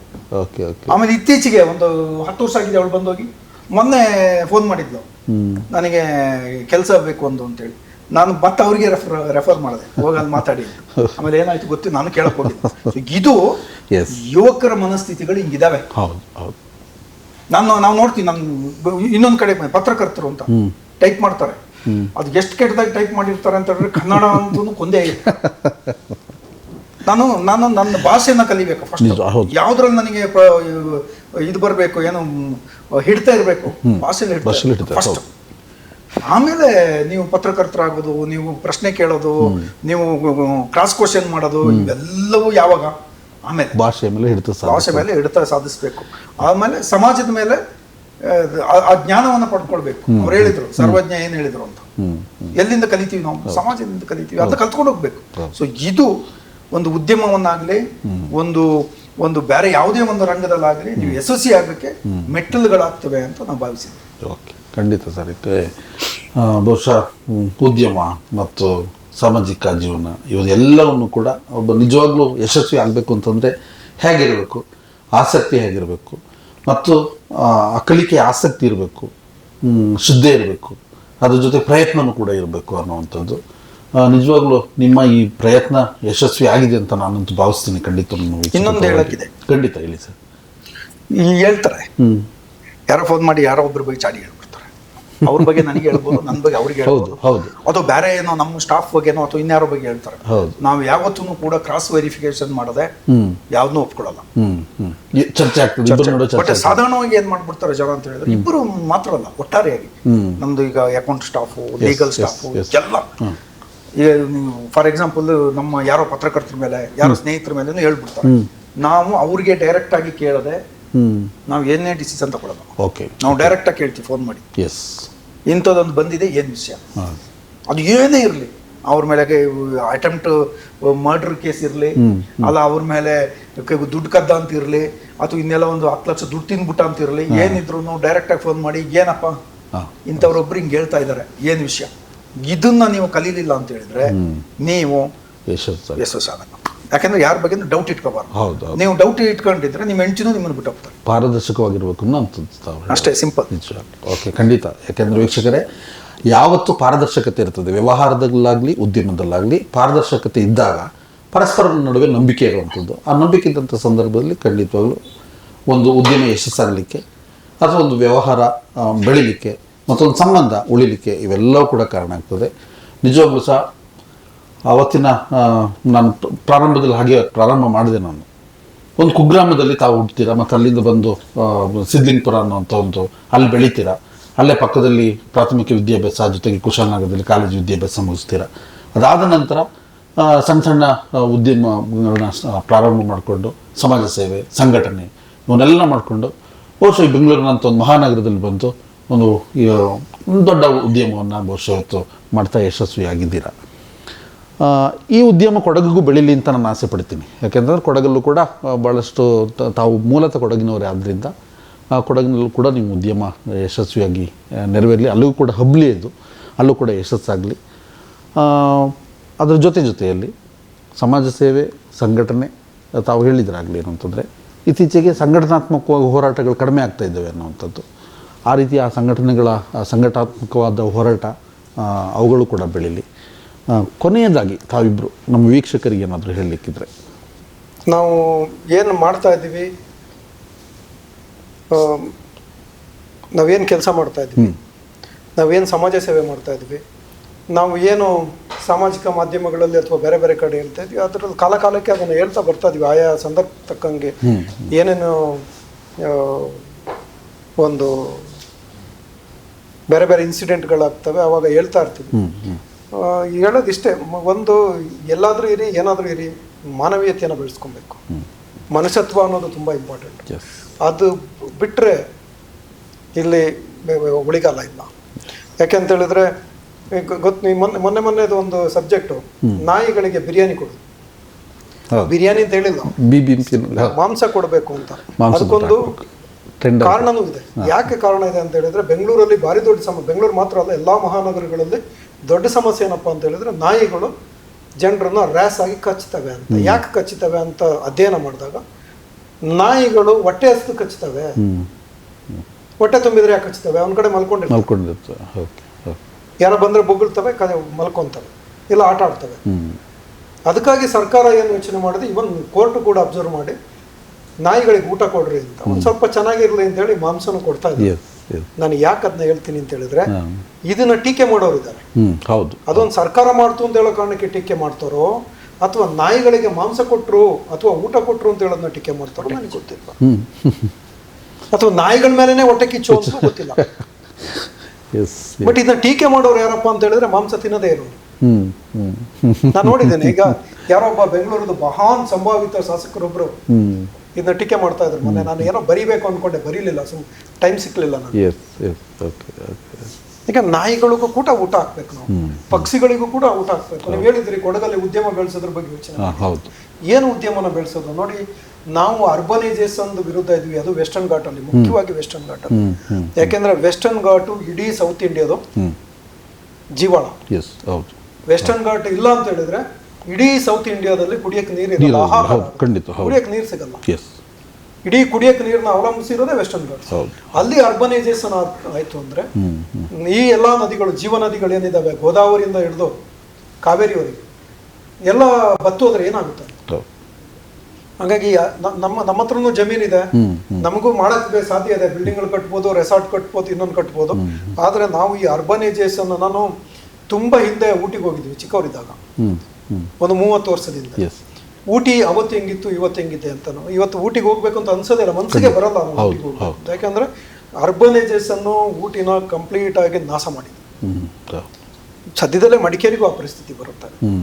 ಸರ್ಕಾರಗಳಾಗಲಿ, ಜನಪ್ರತಿನಿಧಿಗಳಾಗಲಿ, ಅಥವಾ ಪ್ರಜ್ಞಾವಂತ ನಾಗರಿಕರು, ಕೊಡಗಿನವರು ಯೋಚನೆ ಮಾಡಬೇಕಾಗಿರೋದು, ನಾವು ಅರ್ಬನೈಸೇಷನ್ನ ಸಾಧ್ಯವಾದಷ್ಟು ಮಟ್ಟಿಗೆ ತಡೆಬೇಕು. ನಾನು ಈಗ ಏನೋ ಒಂದು ಚಿಕ್ಕದು ಯಾರೋ ಒಬ್ರು ಒಂದು ಹೋಮ್ ಸ್ಟೇ ಮಾಡ್ಕೊಂಡು ಇನ್ನೇನೋ ಮಾಡ್ಕೊಂಡು ಹೊಟ್ಟೆ ಒರೆಯೋದನ್ನ ನಾವು ತಪ್ಪು ಅಂತ ಹೇಳಲ್ಲ. ಆದ್ರೆ ಈಗ ಬರ್ತಾ ಇರೋಂಥ ದೊಡ್ಡ ದೊಡ್ಡ ರೆಸಾರ್ಟ್ಗಳು, 100 ಎಕರೆ 200 ಎಕರೆ ತಗೊಂಡು ರೆಸಾರ್ಟ್ ಮಾಡೋಂಥದ್ದು, ದೊಡ್ಡ ಕನ್ಸ್ಟ್ರಕ್ಷನ್ ಮಾಡೋಂಥದ್ದು, ಇದಕ್ಕೆ ವಿರೋಧ ಇದೆ. ಕಸ್ತೂರಿ ರಂಗನ್ ವರದಿ ಯಥಾವತ್ತಾಗಿ ಜಾರಿಯಾಗಬೇಕು. ಹಂಗಾದ್ರೆ ಮಾತ್ರ ವೆಸ್ಟರ್ನ್ ಘಾಟ್ ಉಳಿಯಕ್ಕೆ ಸಾಧ್ಯ. ನಮ್ಮ ಇಡೀ ಸೌತ್ ಇಂಡಿಯಾದಲ್ಲಿ ಕುಡಿಯೋಕ್ಕೆ ಮತ್ತೆ ಬೆಳೆಗಳಿಗೆ ನೀರು ಸಿಗಕ್ಕೆ ಸಾಧ್ಯ. ಇಲ್ಲ ಅಂತ ಹೇಳಿದ್ರೆ ಆಗಲ್ಲ, ಸಾಧ್ಯ ಆಗಲ್ಲ. ಎಸ್, ಖಂಡಿತ. ವೀಕ್ಷಕರೇನು ಅಂತಂದರೆ, ಒಂದು ರೀತಿಯ ಎಲ್ಲ ನಮ್ಮ ಕೊಡಗಿನ ಏನು ಪ್ರಕೃತಿ ಸೌಂದರ್ಯ ಇದೆ ಅದು ಖಂಡಿತ ಉಳಿಬೇಕು. ಪಶ್ಚಿಮ ಘಟ್ಟಗಳು ಉಳಿದ್ರೆ ಮಾತ್ರ ಬಹುಶಃ ಇಲ್ಲೆಲ್ಲವೂ ನಮ್ಮ ರಾಜ್ಯ ಬೆಳಿಲಿಕ್ಕೆ, ಏನು ಅಂತಂದ್ರೆ ಮಳೆ ಬೆಳೆ ಪ್ರತಿಯೊಂದು ರಾಜ್ಯ ಬೆಳಿಲಿಕ್ಕೆ ಕಾರಣ ಅನ್ನುವಂಥ ಮಾತನ್ನು ಕೊನೆಯದಾಗಿ ಹೇಳಿದ್ದಾರೆ. ಅದರ ಜೊತೆಯಲ್ಲಿ ಒಬ್ಬ ಯಶಸ್ವಿಯ ಉದ್ಯಮಿ ಆಗಬೇಕು ಅಂತಂದರೆ ಅವನ ಶ್ರಮ ಹೇಗಿರಬೇಕು ಅನ್ನೋದನ್ನು ಕೂಡ ತಿಳಿಸ್ಕೊಟ್ಟಿದ್ದಾರೆ. ಇವತ್ತಿನ ನಿಜವಾದ ಒಂದು ಈ ಸಾಧಕರು ಅನ್ನುವಂಥ ನಮ್ಮ ಈ ಕಾರ್ಯಕ್ರಮಕ್ಕೆ ನಿಜವಾದ ಸಾಧಕರು ಸಿಕ್ಕಿದ್ದಾರೆ. ಎಲ್ಲೋ ಒಂದು ಕಡೆ ಒಂದು ಕುಟುಂಬದಲ್ಲಿ, ಒಂದು ಸಂಸಾರದಲ್ಲಿ, ಎಲ್ಲೋ ಒಂದು ಕಡೆ ಭಿನ್ನಾಭಿಪ್ರಾಯಗಳು ಸಾವಿರಾರು ಇರ್ತದೆ. ಆದರೂ ಕೂಡ ಖಂಡಿತವಾಗ್ಲೂ ಈ ಸಹೋದರರಿಬ್ಬರು ಅವರ ಆ ಕ್ಷೇತ್ರಗಳಲ್ಲಿ ಪರಸ್ಪರ ತೊಡಗಿಸ್ಕೊಂಡು ಒಂದು ರೀತಿ ಉದ್ಯಮದಲ್ಲೂ ಇರ್ಬೋದು, ಅದರ ಜೊತೆಗೆ ವ್ಯಾಪಾರ, ಉದ್ಯಮ, ಕೃಷಿ, ರಾಜಕಾರಣ, ಸಮಾಜ ಸೇವೆ ಎಲ್ಲದರೂ ಕೂಡ ಜೊತೆಗೆ ಹೆಜ್ಜೆ ಆಗ್ತಾ ಸಾಗೋ ಇಂತಹ ಅಪರೂಪದ ಸಹೋದರರಿಗೆ ಯಾರ ಕಣ್ಣು ಬೀಳದೇ ಇರಲಿ, ಅವರ ಉದ್ಯಮ ಮತ್ತಷ್ಟು ಯಶಸ್ವಿಯಾಗಲಿ, ಅದರ ಜೊತೆಗೆ ಸಮಾಜ ಸೇವೆ ಮತ್ತಷ್ಟು ಜನರಿಗೆ ತಲುಪುವಂತಾಗಲಿ, ಹಾಗೆ ಅವರು ಎಲ್ಲ ರಂಗದಲ್ಲೂ ಕೂಡ ಮತ್ತಷ್ಟು ಖ್ಯಾತಿಯನ್ನು ಗಳಿಸಲಿ ಅಂಥೇಳಿ ಈ ಸಮಯದಲ್ಲಿ ನಮ್ಮೆಲ್ಲ ವೀಕ್ಷಕರ ಪರವಾಗಿ, ಕೊಡಗಿನೆಲ್ಲ ಜನತೆಯ ಪರವಾಗಿ ನಾನು ಅವರಿಗೆ ಹೃತ್ಪೂರ್ವಕವಾದ ಅಭಿನಂದನೆಗಳನ್ನ ಸಲ್ಲಿಸ್ತೀನಿ ಸರ್. ಕಾರ್ಯಕ್ರಮದಲ್ಲಿ ಇಷ್ಟೊತ್ತು ನಮ್ಮ ಜೊತೆಗೆ ಕೂತ್ಕೊಂಡು ತಮ್ಮ ಸಹಕಾರ ನೀಡಿದ್ದೀರ, ತಮಗೆ ಹೃತ್ಪೂರ್ವಕ ಅಭಿನಂದನೆಗಳು. ವೀಕ್ಷಕರೇ, ಮತ್ತೆ ಮುಂದಿನ ಮತ್ತೊಬ್ಬರು ಸಾಧಕರೊಂದಿಗೆ ವಿಶೇಷ ಸಂದರ್ಶನದೊಂದಿಗೆ ನಿಮ್ಮನ್ನು ಭೇಟಿಯಾಗ್ತೀನಿ. ಕಾವೇರಿ ನಾಡಿನ ಸಮಗ್ರ ಸುದ್ದಿ ಹಾಗೂ ಮಾಹಿತಿಗಾಗಿ ನೋಡ್ತಾ ಇರಿ ಕೊಡಗು ಚಾನೆಲ್. ವಂದನೆಗಳೊಂದಿಗೆ TJ ಪ್ರವೀಣ್ ಕುಮಾರ್.